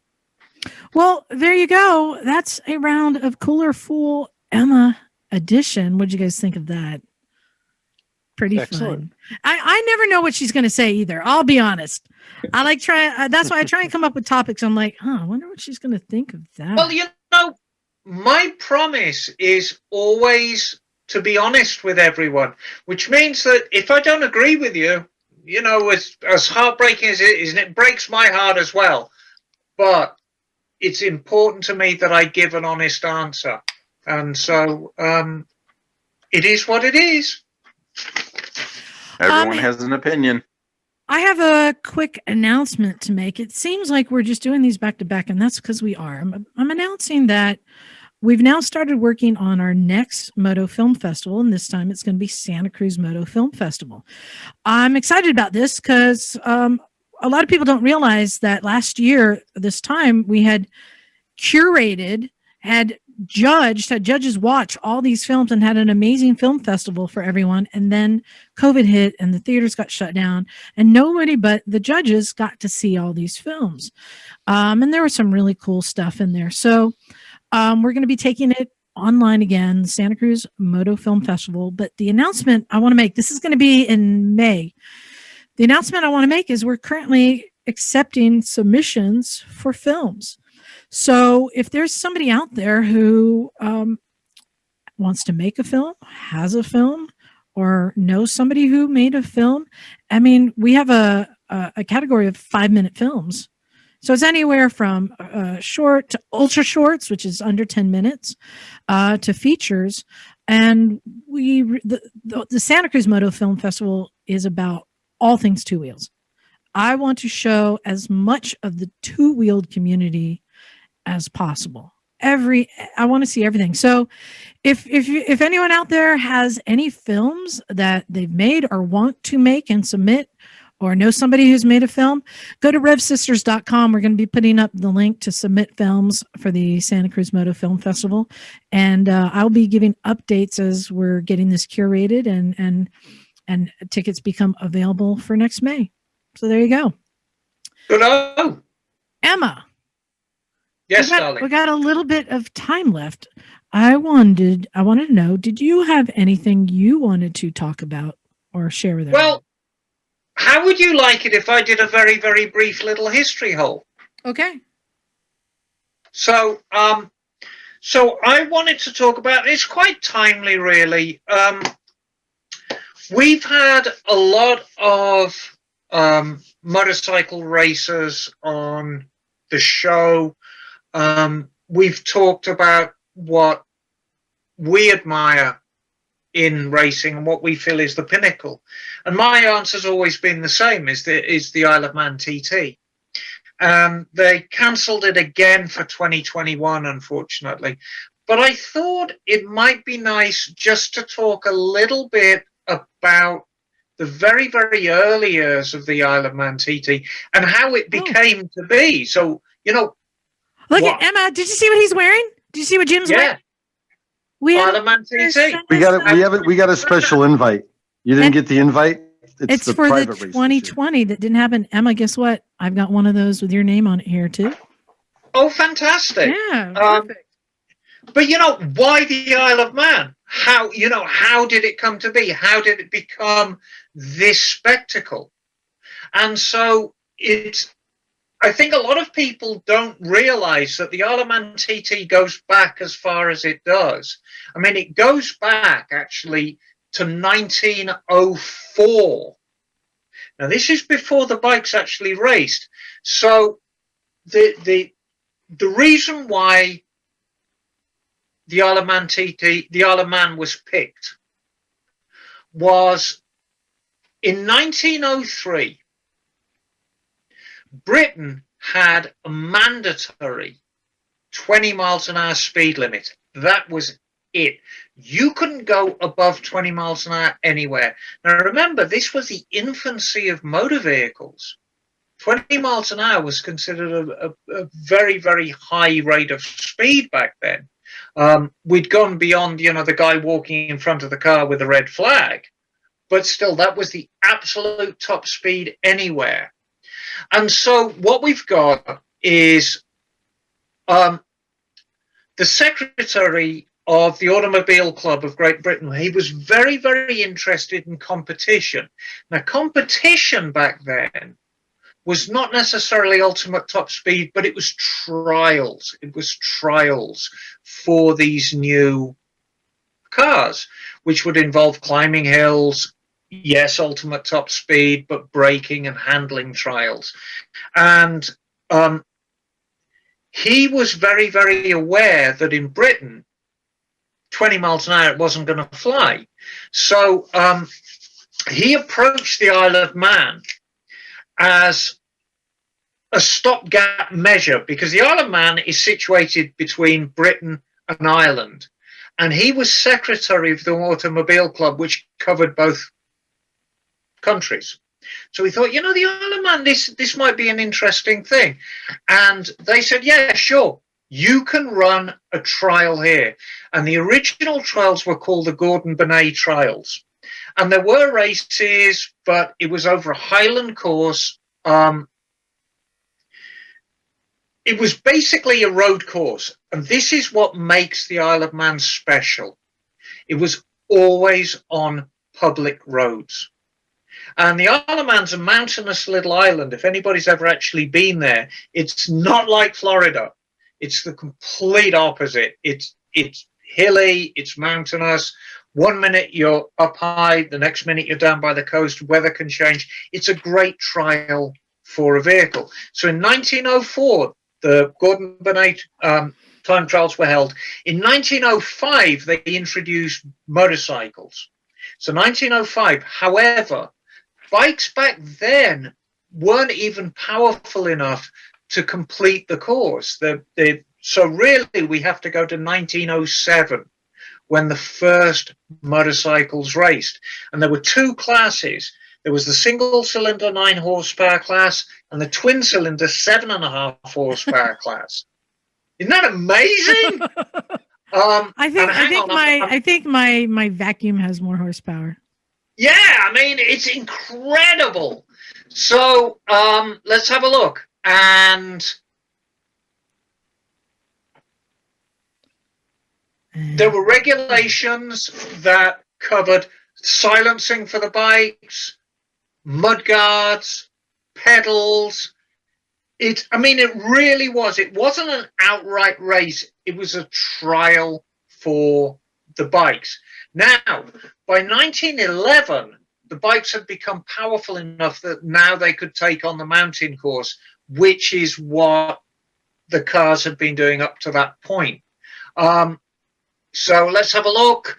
And guess what? In 1911, take a guess of what motorcycle won first, second, and third. Harley Davidson. BSA. Oh, I wish it would have been.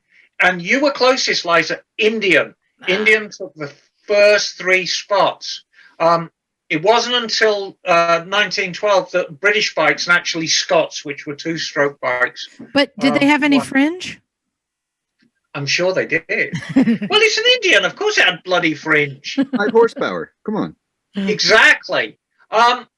So the TT from 1914 to 1918, obviously it was the First World War. And it wasn't to be, they didn't have a 1919 TT, so it was 1920. Let's have a look. Cyril Williams on an AJS. He pushed it over the finish line. He'd broken down 5 miles previously, and he pushed it over the line. How about that? That's dedication.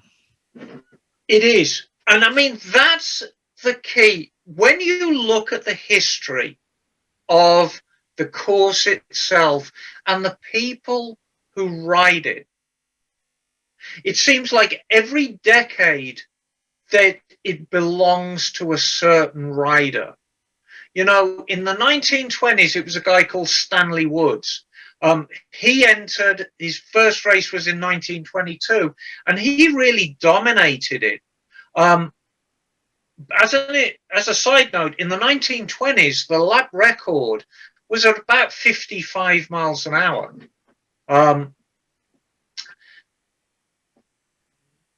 By the 1930s, they pushed it up to 90. So in the space of really 15 years, it's gone from 50 to 90 miles an hour. And that's just not just the bikes improving, it's the course improving as well. Sidecars were introduced in 1923.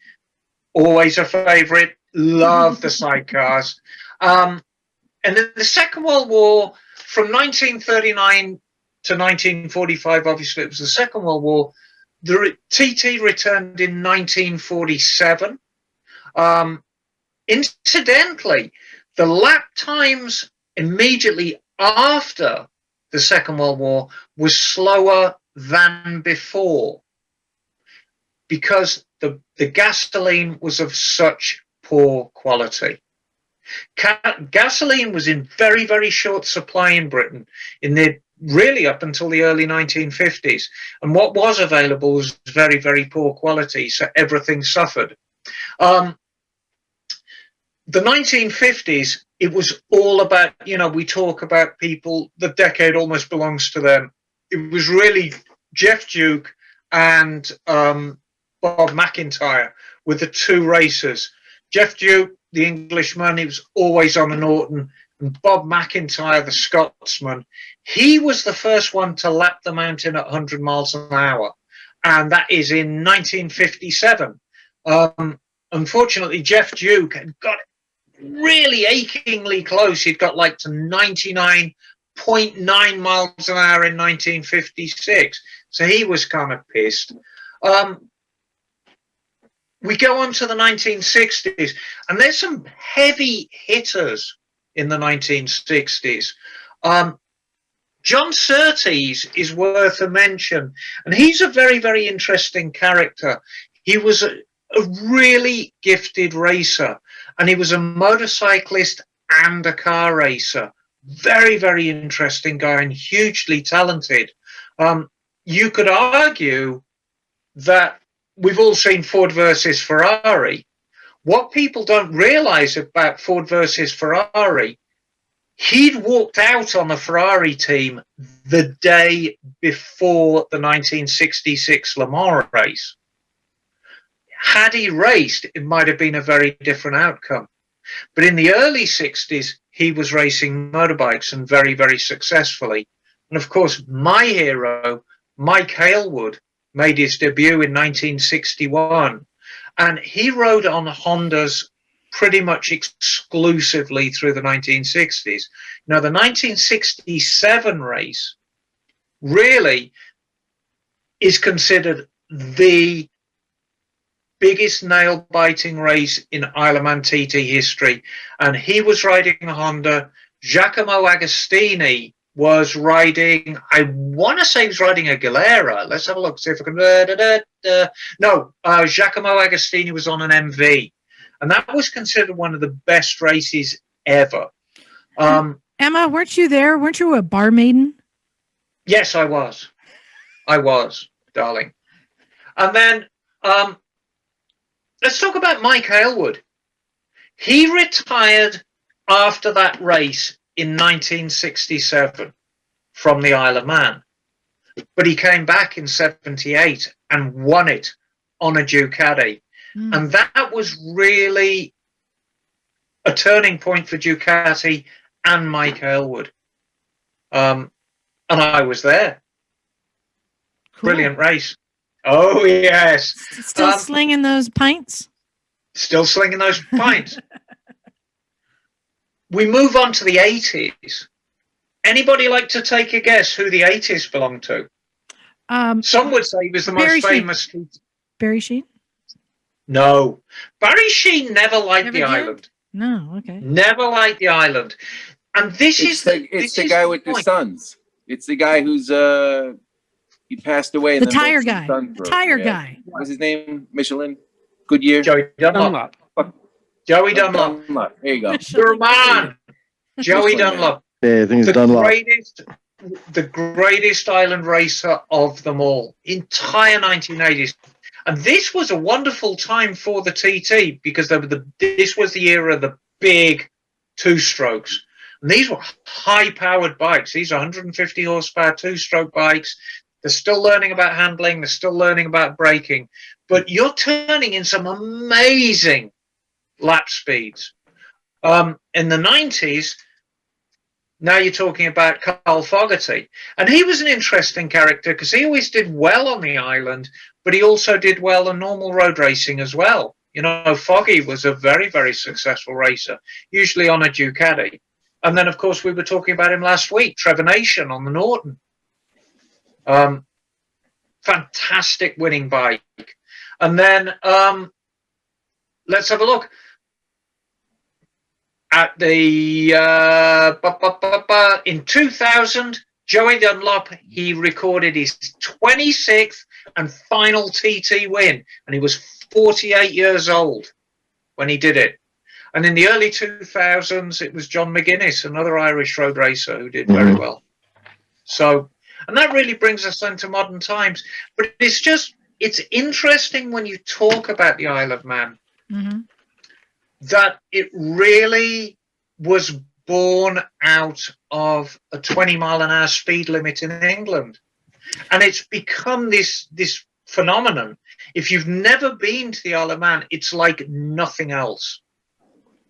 And I believe 2021 has already been canceled.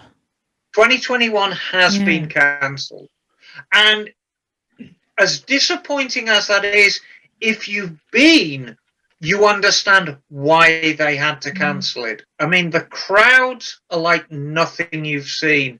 Yeah. The proximity of people is like nothing you've ever seen. It's wild. It's where all European bikers go to let their hair down. I would like to go in 2022. I know Phil went in 2019, and he thought it was just the greatest thing. Yeah, and Arwen Rich is gone. Yeah, it is a pretty cool thing. So, hey, if you're going to make your ferry reservation, make it for 2022. Exactly. It's a unique spectacle in the world of motorcycling. So 2022 will mark 117 years since motorcycles first raced on the Isle of Man. So and I think we can apply the ATC 250 rule to the Isle of Man. Yes. Right? I think the more dangerous it is, the cooler it is. Oh God. What? It's getting better, but there are always fatalities. Yeah. Always. Yeah. So, and that's what makes it unique. I mean, basically it's a road course. And make no mistake, the roads are very, very well maintained. I mean, you're not going to be riding down a road and you're going to encounter a pothole that was made by the local garbage truck. But it's a road course and it always has been. Back in the early days, it was very, very rudimentary. It went across fields. And it's a known fact that the first rider of the day had to open all the gates. And then the last rider of the day had to close all the gates behind them as they rode across the fields. Emma, I wanted to thank you for that little history. Well, it was just a little one. It was just a little. It's just a little filler, and I kind of feel guilty that it was so short for such a monumental event. But as always, with a history hole, all I ever do is just give you a little taste. I give you a little taste, and then you can do your own research. Thank you. I think we have just enough time to help another listener with an email. With an email. Yeah, and this one is called Dirt Biking Safely. Hello again, Misfits from Emma Ethan. says full. You can't dirt bike safely. He says, hello from Ethan in Portland, Oregon. Congratulations on 400 episodes. What a milestone. I think we can all agree that this has been a shit year, but discovering you all has been a bright spot in a steaming pile. Well, thank you. He says, a month back, I bought myself my up the butt bike, an electric start KTM 300 EXC. Ooh, that's a nice Oh, bike. yeah, that's a good bike, isn't it? Yeah, he says, inspired by you all, I immediately found my local suspension guru, and that would be Daryl with Suspension by Design in Newburgh, Oregon, and got it set up for the steep woods riding here in the Pacific Northwest. I'd never gotten suspension set up, and all I can say is about time. So, hey, I'm glad you took our advice on that one. For Christmas, his incredible life and riding companion, Haley, gave him a blank check to buy safety gear for his boat rides up in the Cascades. He says, now I'm looking for a little help on what to get. You have covered this topic many times before, but I wonder if you can give 2021 an update version. Specifically, I'm looking into either a simple emergency beacon like the ACR Rescue Me or the more feature-rich Garmin InReach. He wants to know what Jim thinks of it, and a life flight subscription. He says, and an iPhone app such as Gaia GPS. I know Mike loves it. And he says, I always bring a basic first aid kit, a signal mirror, fire starter, rain gear, and paper maps as well. Anything else you would recommend for a backcountry dirt rider? Also, P.S. Late welcome to Oregon, Bagel. Hope we can ride our back roads together someday. Thanks. Oh, thank you very much. Spare tubes. Yeah. Spare tubes. Good one. These are great. So I'm a big fan of Life Flight. right off, because even if we're, I mean, just here in my city, Santa Cruz, we don't have a hospital. You have to get flighted out. But even going to do a track day, racetrack, or going dirt biking, Hollister Hills, it's worth it having it for what the cost is. I'm glad to contribute to that fund. And Jim just dropped off. He has the Garmin InReach. Bagel, what do you use? Well, I was just going to touch that point you made. I believe the name of the organization now is the Air Medcare Network. Yes. And you can sign up at airmedcarenetwork.com. Yeah, it's definitely worth it, especially if you're going out into remote places. You're going to want to have that helicopter coverage for that. I have not actually used any sort of personal like rescue devices before. But one thing I would definitely recommend is, in addition to the Air Medcare, signing up for a tow service like the AMA's Moto, or if you have one of the AAA packages that covers motorcycles, that works too. Because you never know when you're going to need it, and if you get a flat somewhere, or something fails on your bike and you need to tow to a shop, it's wonderful to have service available. Now, see, Jim and I don't use that, because when I have a breakdown, I call Jim, and when he has one, he calls me. We're tow buddies. And then we've used them too. One thing I like, Jim has that InReach, and he sends me messages when he's okay, just saying, I'm okay, here's my location. And I'm his InReach buddy. Just in case something happens, I have mapped his last known location, because he likes to move around and camp different places. Also, it's just nice to know that he knows that I'm thinking about him and think, I haven't heard from him for a day or two. Maybe I should call, or somebody to go look for him. So instead, he just sends me like a daily, I'm good. Normally, he just sends them to me from his bathroom when he's pooping and says, I'm pooping, I'm okay. And It shows me on the map where he's pooping in his house. But in general, that's not what it's for. No, but that's what he uses it for. And just a reminder, the Quinn Design helmets. I've got an order for the new Adventure helmet myself. They're doing a limited run of 200, and so I got my name on that list. I'm looking forward to that. If you guys remember, it attaches, it tethers to your phone, and that if anything happens to you, it will quickly send a message through your phone. Now, that doesn't work if you are completely out of range. So you have to be within range for it to do it. But the other thing I like is that you can set up your destination, and it can track you. And if you don't make it to your destination in the time allotted, it can send out a message to someone. So there's a lot of things that you can program it to do, which is pretty cool. Mike, what are you using for GPS? Mike Miranda. I use the Gaia. I mean, I'm pretty reliant on the phone. Ever since I went up to the KTM Adventure ride, and I got the Garmin, because that's what they recommended, and even when you go up there, they had a whole like Garmin intro too, and I had tried to use it a bunch around here, and I just found it really difficult. It seems really cool, and maybe it's good for hiking, but it's not very intuitive. Like, it definitely did not. It's not like if you go on, like, anybody pop on their phone and go on Google Maps right now, and like it just makes sense. You just, here's where I'm searching, right. Or you can click and drop a pin and it'll route to it. Everything's like real simple. But Garmin, and not only that, is it when you're riding with the gloves or whatever, it's got these push buttons on it, which are pretty good. But like it's just really fucking confusing when you're riding. Sometimes your screens are pretty small.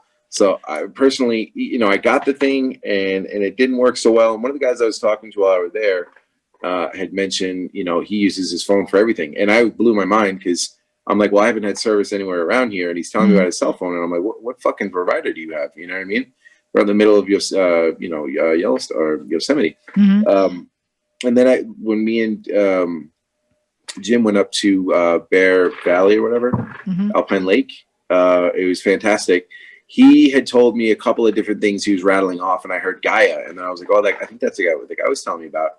I hopped on that one, and it's not quite like Google Maps, but It's pretty freaking close, and it's very intuitive, and it could be on your phone.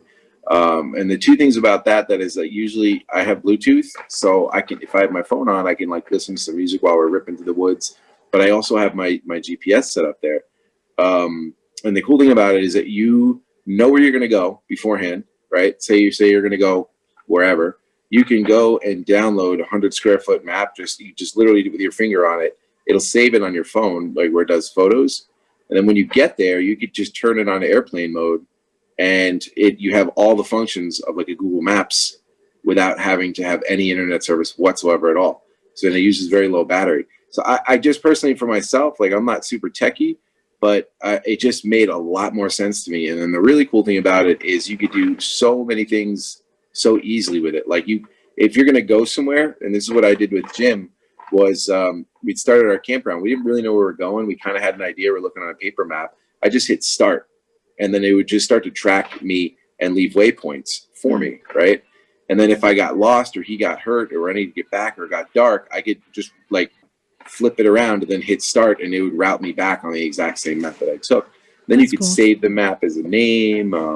There's so many things you could do. You could build a map real easy with your finger. You just drop a point here and a line goes to it. Drop a point here and a line goes to it. And all that stuff on Garmin, I couldn't understand why it wasn't like that when this Garmin had been around for so long. So yeah, I hear you. And for people who want to look it up, it's GAIA. Gaia. I remember that when Jim and I were up in the same year near Yosemite, he bought like one of the Garmin, I think. And when you're out there on back roads that aren't real roads, that aren't on like Google Maps, you have to get somebody who already has the tracks, and you download it. Exactly. So you can follow it. And so we downloaded it, but what happened was it had on this little screen, it had the track that you had downloaded, but it also had the straight path as the crow flies. As the crow flies, yeah. Right. And then it also had another color. These are all different color lines. A third color line, which was where you had gone. And so sometimes, so you're riding over where you're at, but if you missed a turn, now it's confusing because you've got these three different lines, and you're like, it was very confusing. I hear you. I'm going to add one more thing that maybe people don't think of as a safety device, but I do because I've been in need of it, and that's a Camelback. Right? I don't know if you guys do any long distance riding or dirt biking, adventure riding. There are times you do not want to be stuck out without any water, and a Camelback is a real necessity. So that's one that I'm going to add that's about as low tech as you can get. I just wonder, anyone else here have anything they want to add to it? I'm going to go even more low tech and say Oh, no. bring a pair of rubber gloves. Oh. Because they're really small to conceal, and you could always throw them underneath your gloves, and they're like windbreakers. Oh, Keep your yeah. hands warm. And the other thing is, if it's raining, you can keep your gloves on, but your hands don't get wet and funky. So I always, in like all my things, I just have a pair of random kind of rubber gloves. All right. Anyone else want to add to it? Any things they've I just found? wanted to add the thing on what you said, Liza, with the Camelback is if it's really hot out, 100 plus or something, it's much better to have little bits of water continuously than stopping every hour and just guzzling 12, 16 ounces. So that's much healthier for you, and will keep you more energized, and you won't have to pee as much because you're getting it a little bit at a time. Yeah. And another There you trick go. too is if you're if it's hot out and you have a Camelback, pack it full of ice first, and then fill the rest with water. It'll stay colder a lot longer. But I'm going to say, Ethan, that you have the best thing already that you can have, and I bet you everyone here will agree. You have a partner who gave you permission to write a blank check to buy anything you need. That is, I was going to say. That is the best. That trumps everything. Exactly. Exactly. Well, I think I hope we answered that enough for you. There's a lot of cool stuff. I think, as Mike said, I think that Gaia app you're going to find is a lot easier to use. I end up using my phone on everything. I need to get that Gaia app though, because I know I've lost reception, and then I'm like, fuck, where am I? I know. But hey, again, I wanted to thank all you guys for joining us, and it's been so great. Yeah, Well, I hope. thanks for having us. I really appreciate it. Yeah, I hope you had fun. Appreciate it. Thank you. Yeah, I hope you weren't expecting some like like some big racer to show up. Surprise! Just us. Oh, this is great. But I appreciate it. I want to do this more often. I love hearing from all of you because, Awesome. even though we don't know all of you, but I know that all of you are misfits. I feel that connection with everyone just from the emails we get, the stories that we hear. I think you guys I think that's something that we've really tapped into, that there's a whole bunch of misfits out there and that we all have that same thing in common. Liza, darling, we know them all. We know every single one of them because they suffer from the same disease that we do. Exactly. But I wonder if they're all motosexuals. Oh, God, yes, of course they are. Come along. I mean, absolutely, yeah. Exactly. Well, so thank you guys very much. And big thanks to all the rest of our Patreon supporters too. I appreciate it so much. It helps us keep this going, to buying more equipment, buying more tools, keeping everything running. Hopefully the garage has been closed because of the mandate. Right now, it's going through to the 8th. So that's Friday. So we'll see if they extend it or not. So Emma, we may or may not be able to open next Sunday. Are you up for coming up? You know I am. I am. I've got to be honest with you. I have really missed the garage. I really have. I've had a tough few days over the holiday period. I don't know why the isolation really got to me, but I miss the garage so much. It's been such a huge part of my life now for how many years, Liza? 122. It feels like it. It feels like it. Since the dawn of time. Well, it's probably very therapeutic, isn't it, Emma? It is, and it's funny. I mean, Knock always says, you fix bikes all day. The last thing you'd want to do is come and fix bikes for free on Sunday. But the truth is, there's nowhere I'd rather be.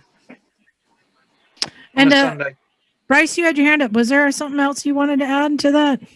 Hey, yeah, I just wanted to throw out 2 possible future episodes. Like if you do an episode on racing, there's a pretty young and up and coming and pretty aggressive and successful American racer, Rocco Landers. Oh yeah.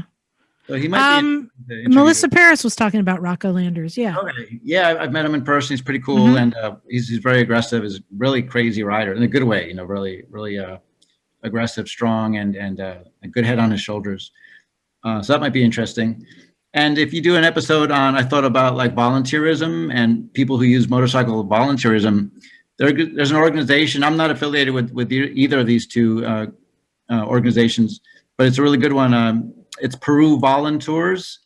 The leader his name is Paul Opp, Paulopp. And the group is, what they do is they take about 8 or 10 riders down to Peru, and they provide the bike, and you just pay, it's like $2,000 or $3,000. But all the funding goes to pay for the tuition for a student in Peru. Each rider pretty much pays the tuition. Their fee pays tuition for the whole school year. And they take you 10 or 12 days in the along the roads in the Andes and in the mountains of Peru. All covered. It's like 12-day tour. So it's pretty awesome, because you can do that kind of a thing, and it's usually more expensive, but it's usually like for profit. Yeah. But in this case, it's for a charity, and it's a small organization, so it's very intimate. He maxes it out at like 8 or 10 riders. And they provide the bike and the hotel and food and everything, fuel and a support vehicle. So that's something I want to do this year. I actually had registered for it, but COVID came along, of course. Yeah. So hopefully in July 2021 will be the next time he's hoping to do the ride. Oh, thanks for that tip. Awesome. Yeah. But he said there was 2 organizations. You only said 1. What was the other one? Oh, I meant the Rocco Landers. Like I'm not Rocco Landers affiliated with that one. I'm not affiliated with the Peru Volunteer. Yeah. But yeah, I thought those are 2. If you do like a episode on racing and an episode on motorcycle volunteer opportunities, I thought that'd be pretty cool. Well, thank you very much. Cool. Yeah. And just like you guys said, we don't all look like what we sound. If you out there want to know what we do look like, you can go to motorcyclesandmisfits.com. If you click on About Us, I've created some nice galleries there for the garage and for the podcast. Don't say we didn't warn you. Yeah, just a lot of the Misfits over time. So motorcyclesandmisfits.com. Or YouTube. Or YouTube, yeah, you'll find our YouTube channel. Exactly. We got to make another film, Mike. Yeah, I'm down. You just give me the date. Let's do it. All right. So normally when we go out, we all say our names. There's way too many people here. That's going to be a shitstorm. But I thought what we could do. You guys, do you know what we say at the very end? Do you know what our outro is? Cool. Cool, right? So you guys can all unmute. We're going to do our outro, and I just want everyone to join in on the cool. How about that? So again, big thanks to everyone, especially you guys for joining us, all of our subscribers. Don't forget to like and if you don't mind sharing this with somebody, if you really like what you're listening to, help us get the word out there and more people to learn about our podcast and about our YouTube channel. I really appreciate that. So on that note, I think we're ready to get out of here. Thanks, everyone. Let's get out of here. Cool. There we go. All right. Well, thanks, guys. That was a lot of fun. That was brilliant.